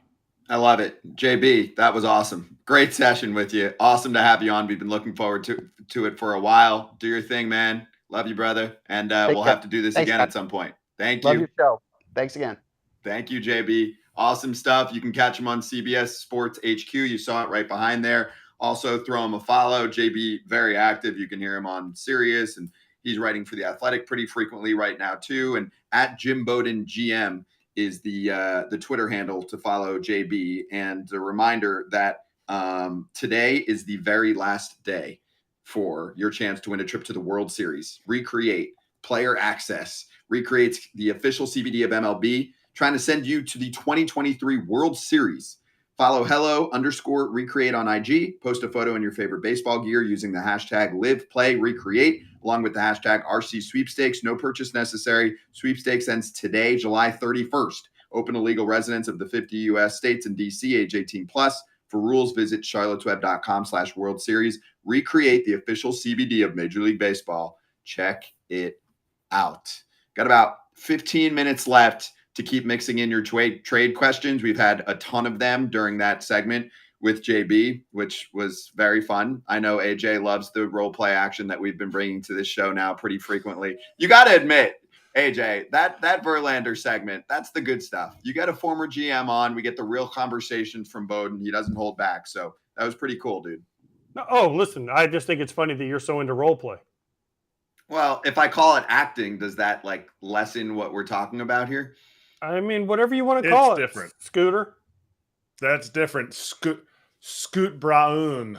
Scoot Brown. Who brought us the best take of the day, by the way. Also want to let everyone know, we'll be doing this tomorrow, Tuesday, 1 o'clock until 6:30 Eastern time. So we'll bring a lot more of this. We'll do some role play with some of the insiders to make sure that they're representing their fellow, colleagues and GMs and owners and all of that. So we'll bring in a few of the questions here from fans right now. So we have Justin, who asked about if we think that the Cardinals are doing things right so far, or if they should have brought in people like Arenado and Goldschmidt, whether it's now or during the winter time. I think some fans, once they see some selling, Kratzy, want their team to just keep selling, I guess, potentially.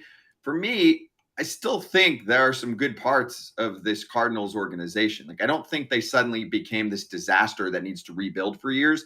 I also will give them credit on this front, though they don't always, or they almost never spend as much as I want them to, because they should be operating like a top 10 franchise based on how they do with TV ratings, based on how they do with attendance and owning some of the spots around the ballpark, right? They make tons of money.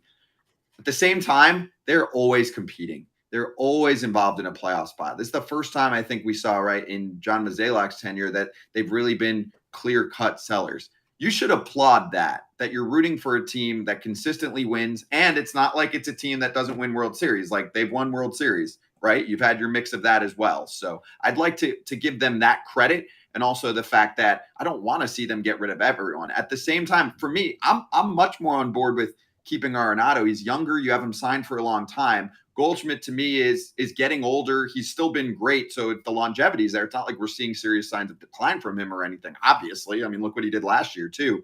But you don't have much time left with him next year, and then he's a free agent. So if I'm not re-signing him, that's someone I would have considered trading if I got the right return right now. For sure. But I've heard that they do want to re-sign him. And I don't know that if you have a lineup going into next year, because obviously it's about next year, if you have a lineup going into next year of Paul Goldschmidt and Nolan Arenado and whoever the smattering of people they want to throw in the outfield after they get rid of Tyler O'Neill and possibly a Burleson, I'm a free agent pitcher that wants to go there. So if whatever they do next lines them up to actually get some starters that are going to give them something for an entire season and possibly 2-3 years down the road, then I would keep those guys. It sounds like Goldschmidt wants to stay. And if a guy wants to stay and that's out there in the universe, you're not getting rid of him, and he wants to retire a Cardinal.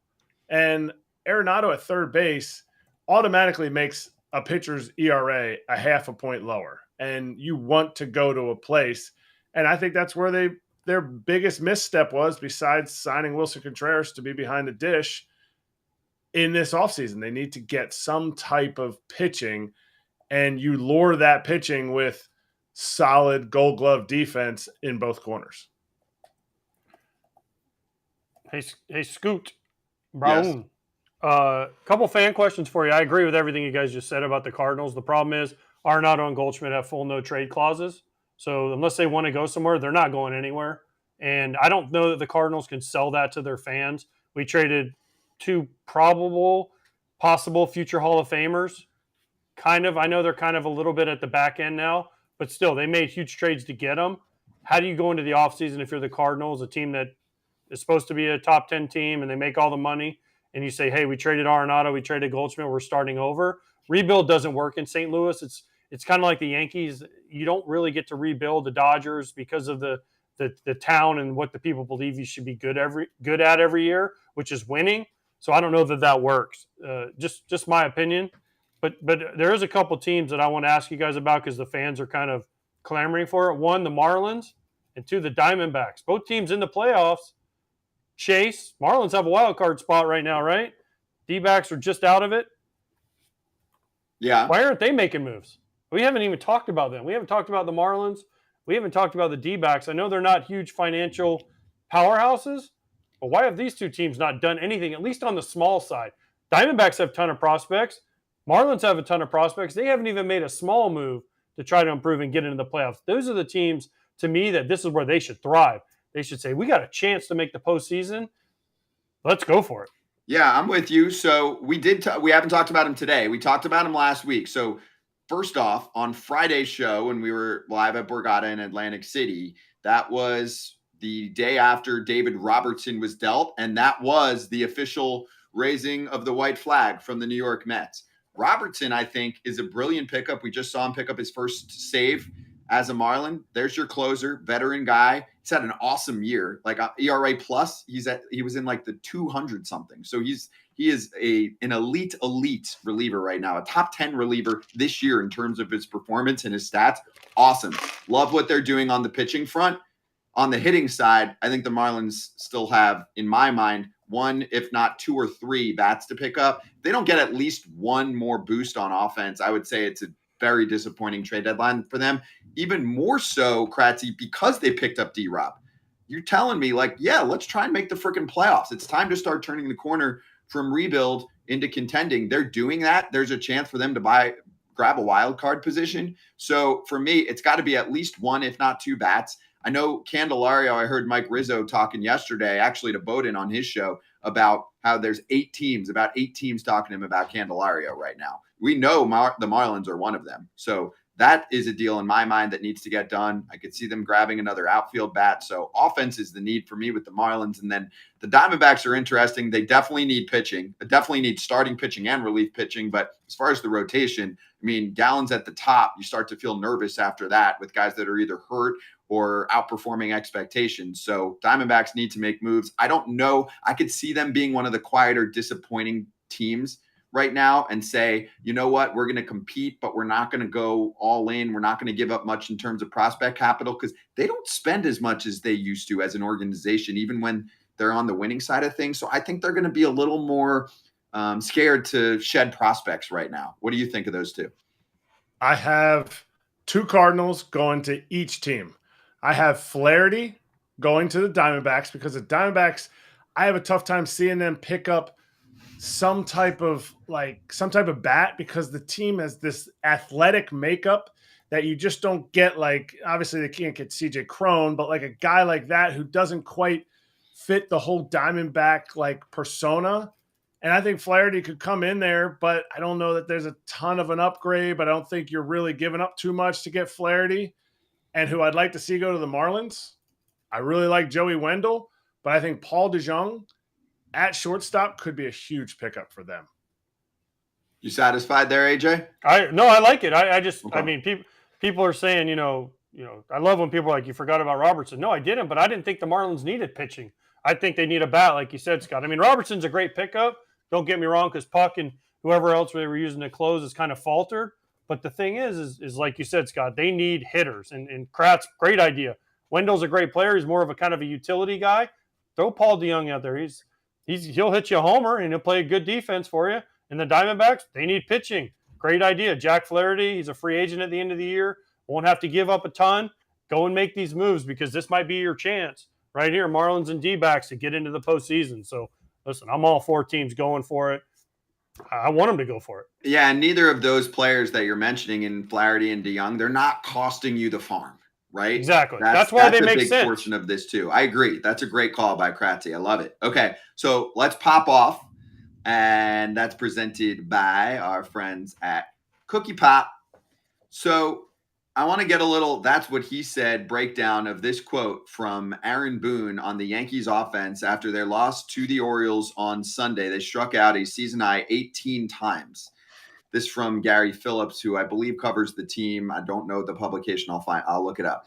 Quote from Boone: "Outside of the strikeouts, I thought at-bats were building off of last night. I thought we grinded out really well. We made it really tough on Dean Kremer.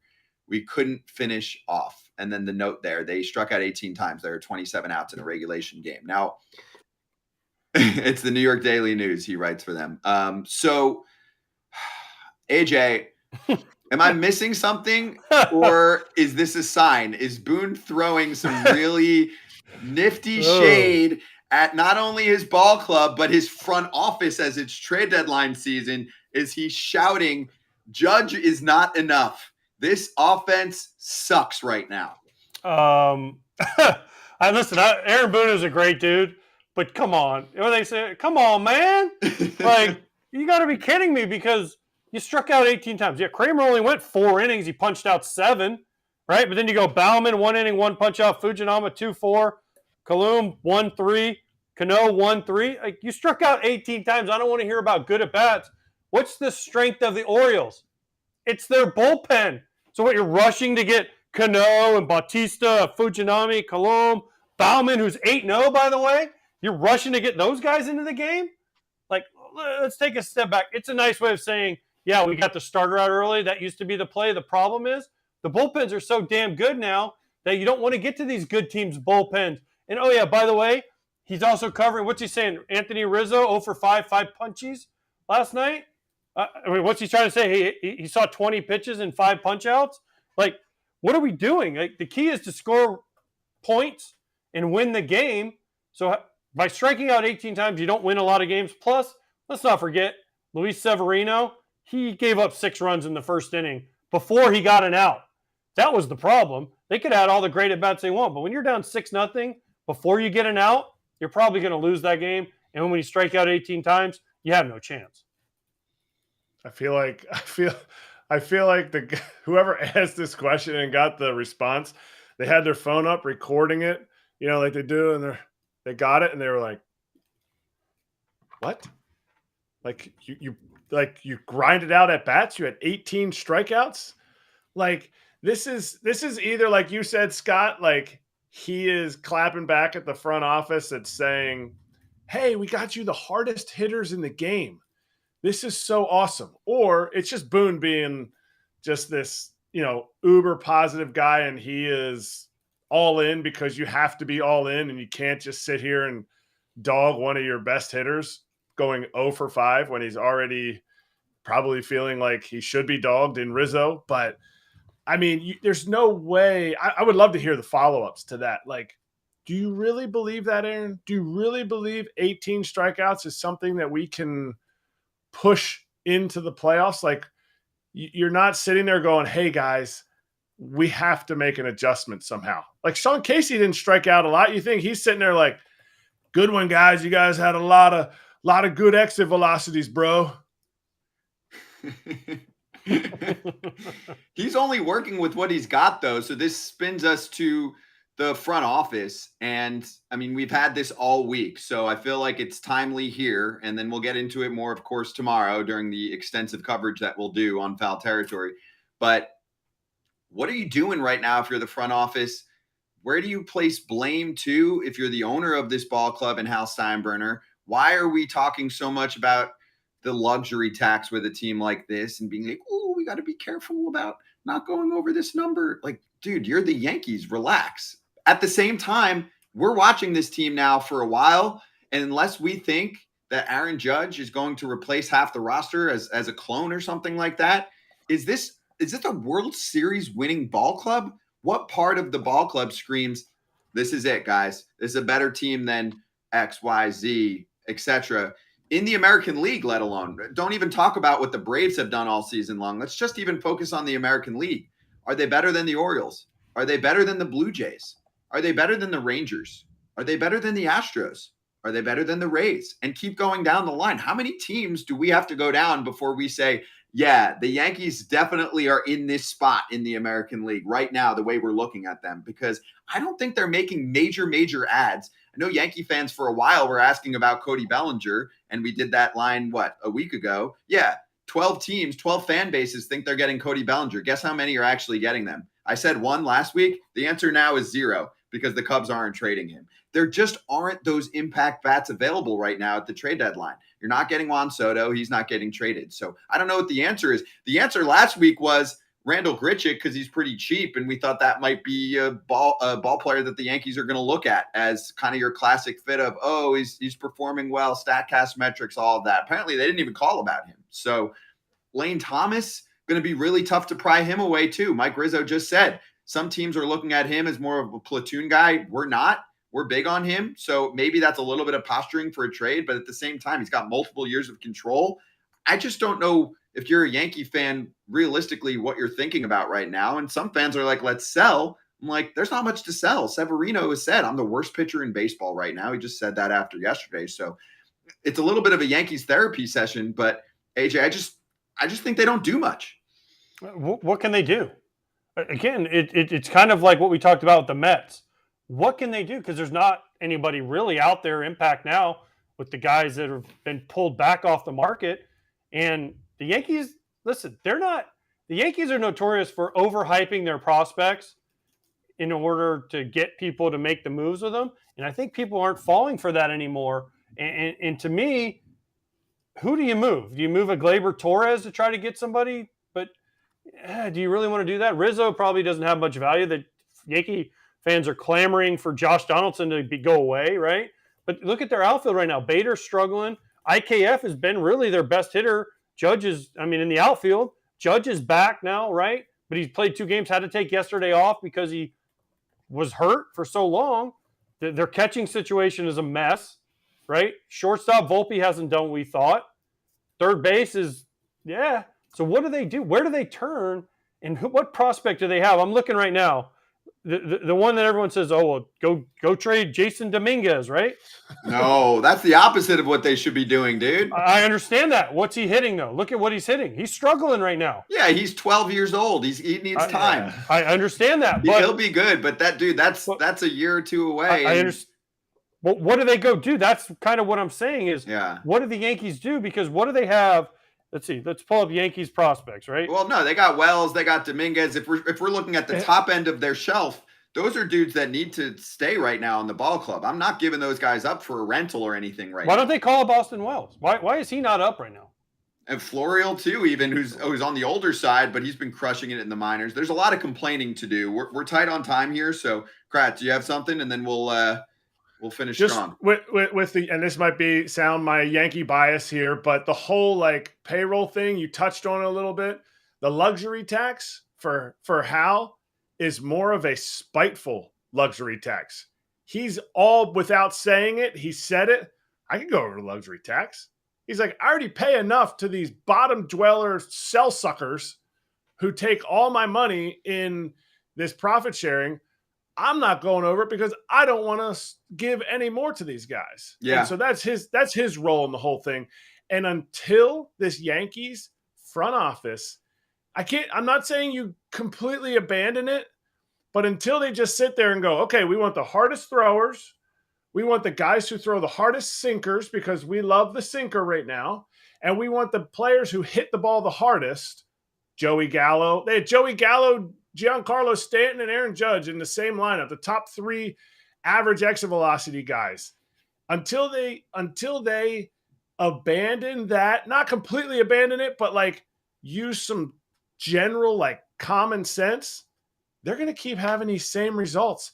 And I'm going to keep betting the over on when Dean Kramer comes into a game and is going to get me 7 punch outs because they may get some runs. They may get some pitch counts up, but they're going to punch out. They're going to keep punching out, and it just doesn't win consistently.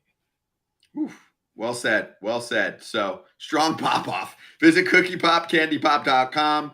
Enter code FOULBALL for 20% off. They're in the FT fam. Woo!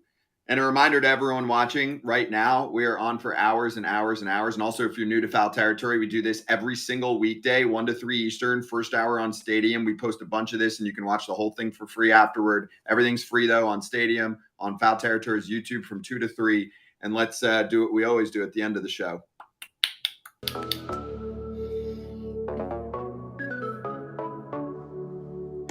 Strike!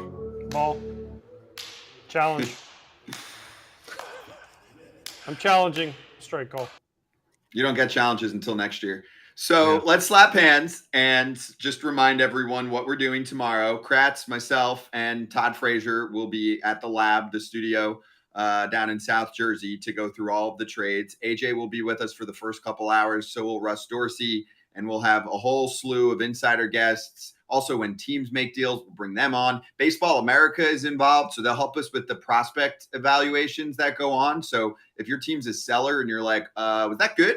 We'll get some Baseball America help on that front as well. So it's an all-day extravaganza starting at 1 o'clock Eastern time. If there's a trade overnight or in the morning, we'll give you like a quick take. So check out our socials, Twitter, YouTube, Facebook, whatever AJ calls it, X, Instagram, TikTok. But on this very Foul Territory YouTube channel, we'll be here for you up until it says around 6, really called around 6:30 Eastern time by the time we finish up wrapping up all the trades and talking to everyone. So we'll take your questions there. I'll mix in some of them from what we didn't get to today. I'll save some of them so we can ask them tomorrow. You guys ready? Yeah, I hope we have snacks because I'm going to get really hungry. We do have snacks. Very convenient snacks. So we'll be in good shape. But thanks to everyone for joining us. Thanks to Ken Rosenthal to start off the show. If you missed him, just backtrack on it. We'll post this whole podcast for you on Apple and Spotify like we always do there. Just search Foul Territory and Bob Nightengale. And did you guys like Jim Bowden? I know I talk him up. That's one of my boys. I love a little love fest you and him have. I feel like you guys have role played before. Oh, stop it. Dude, he was rolling. I liked it. He was rolling. You guys role play well together. More of this shit tomorrow on FT Live. We will not hold back, okay? If a team sucks at the trade deadline, they don't do shit like, say, the Orioles, you're on the clock, we'll smash them. If a team like Texas keeps adding, we'll praise them. We'll see you on Tuesday for a big one.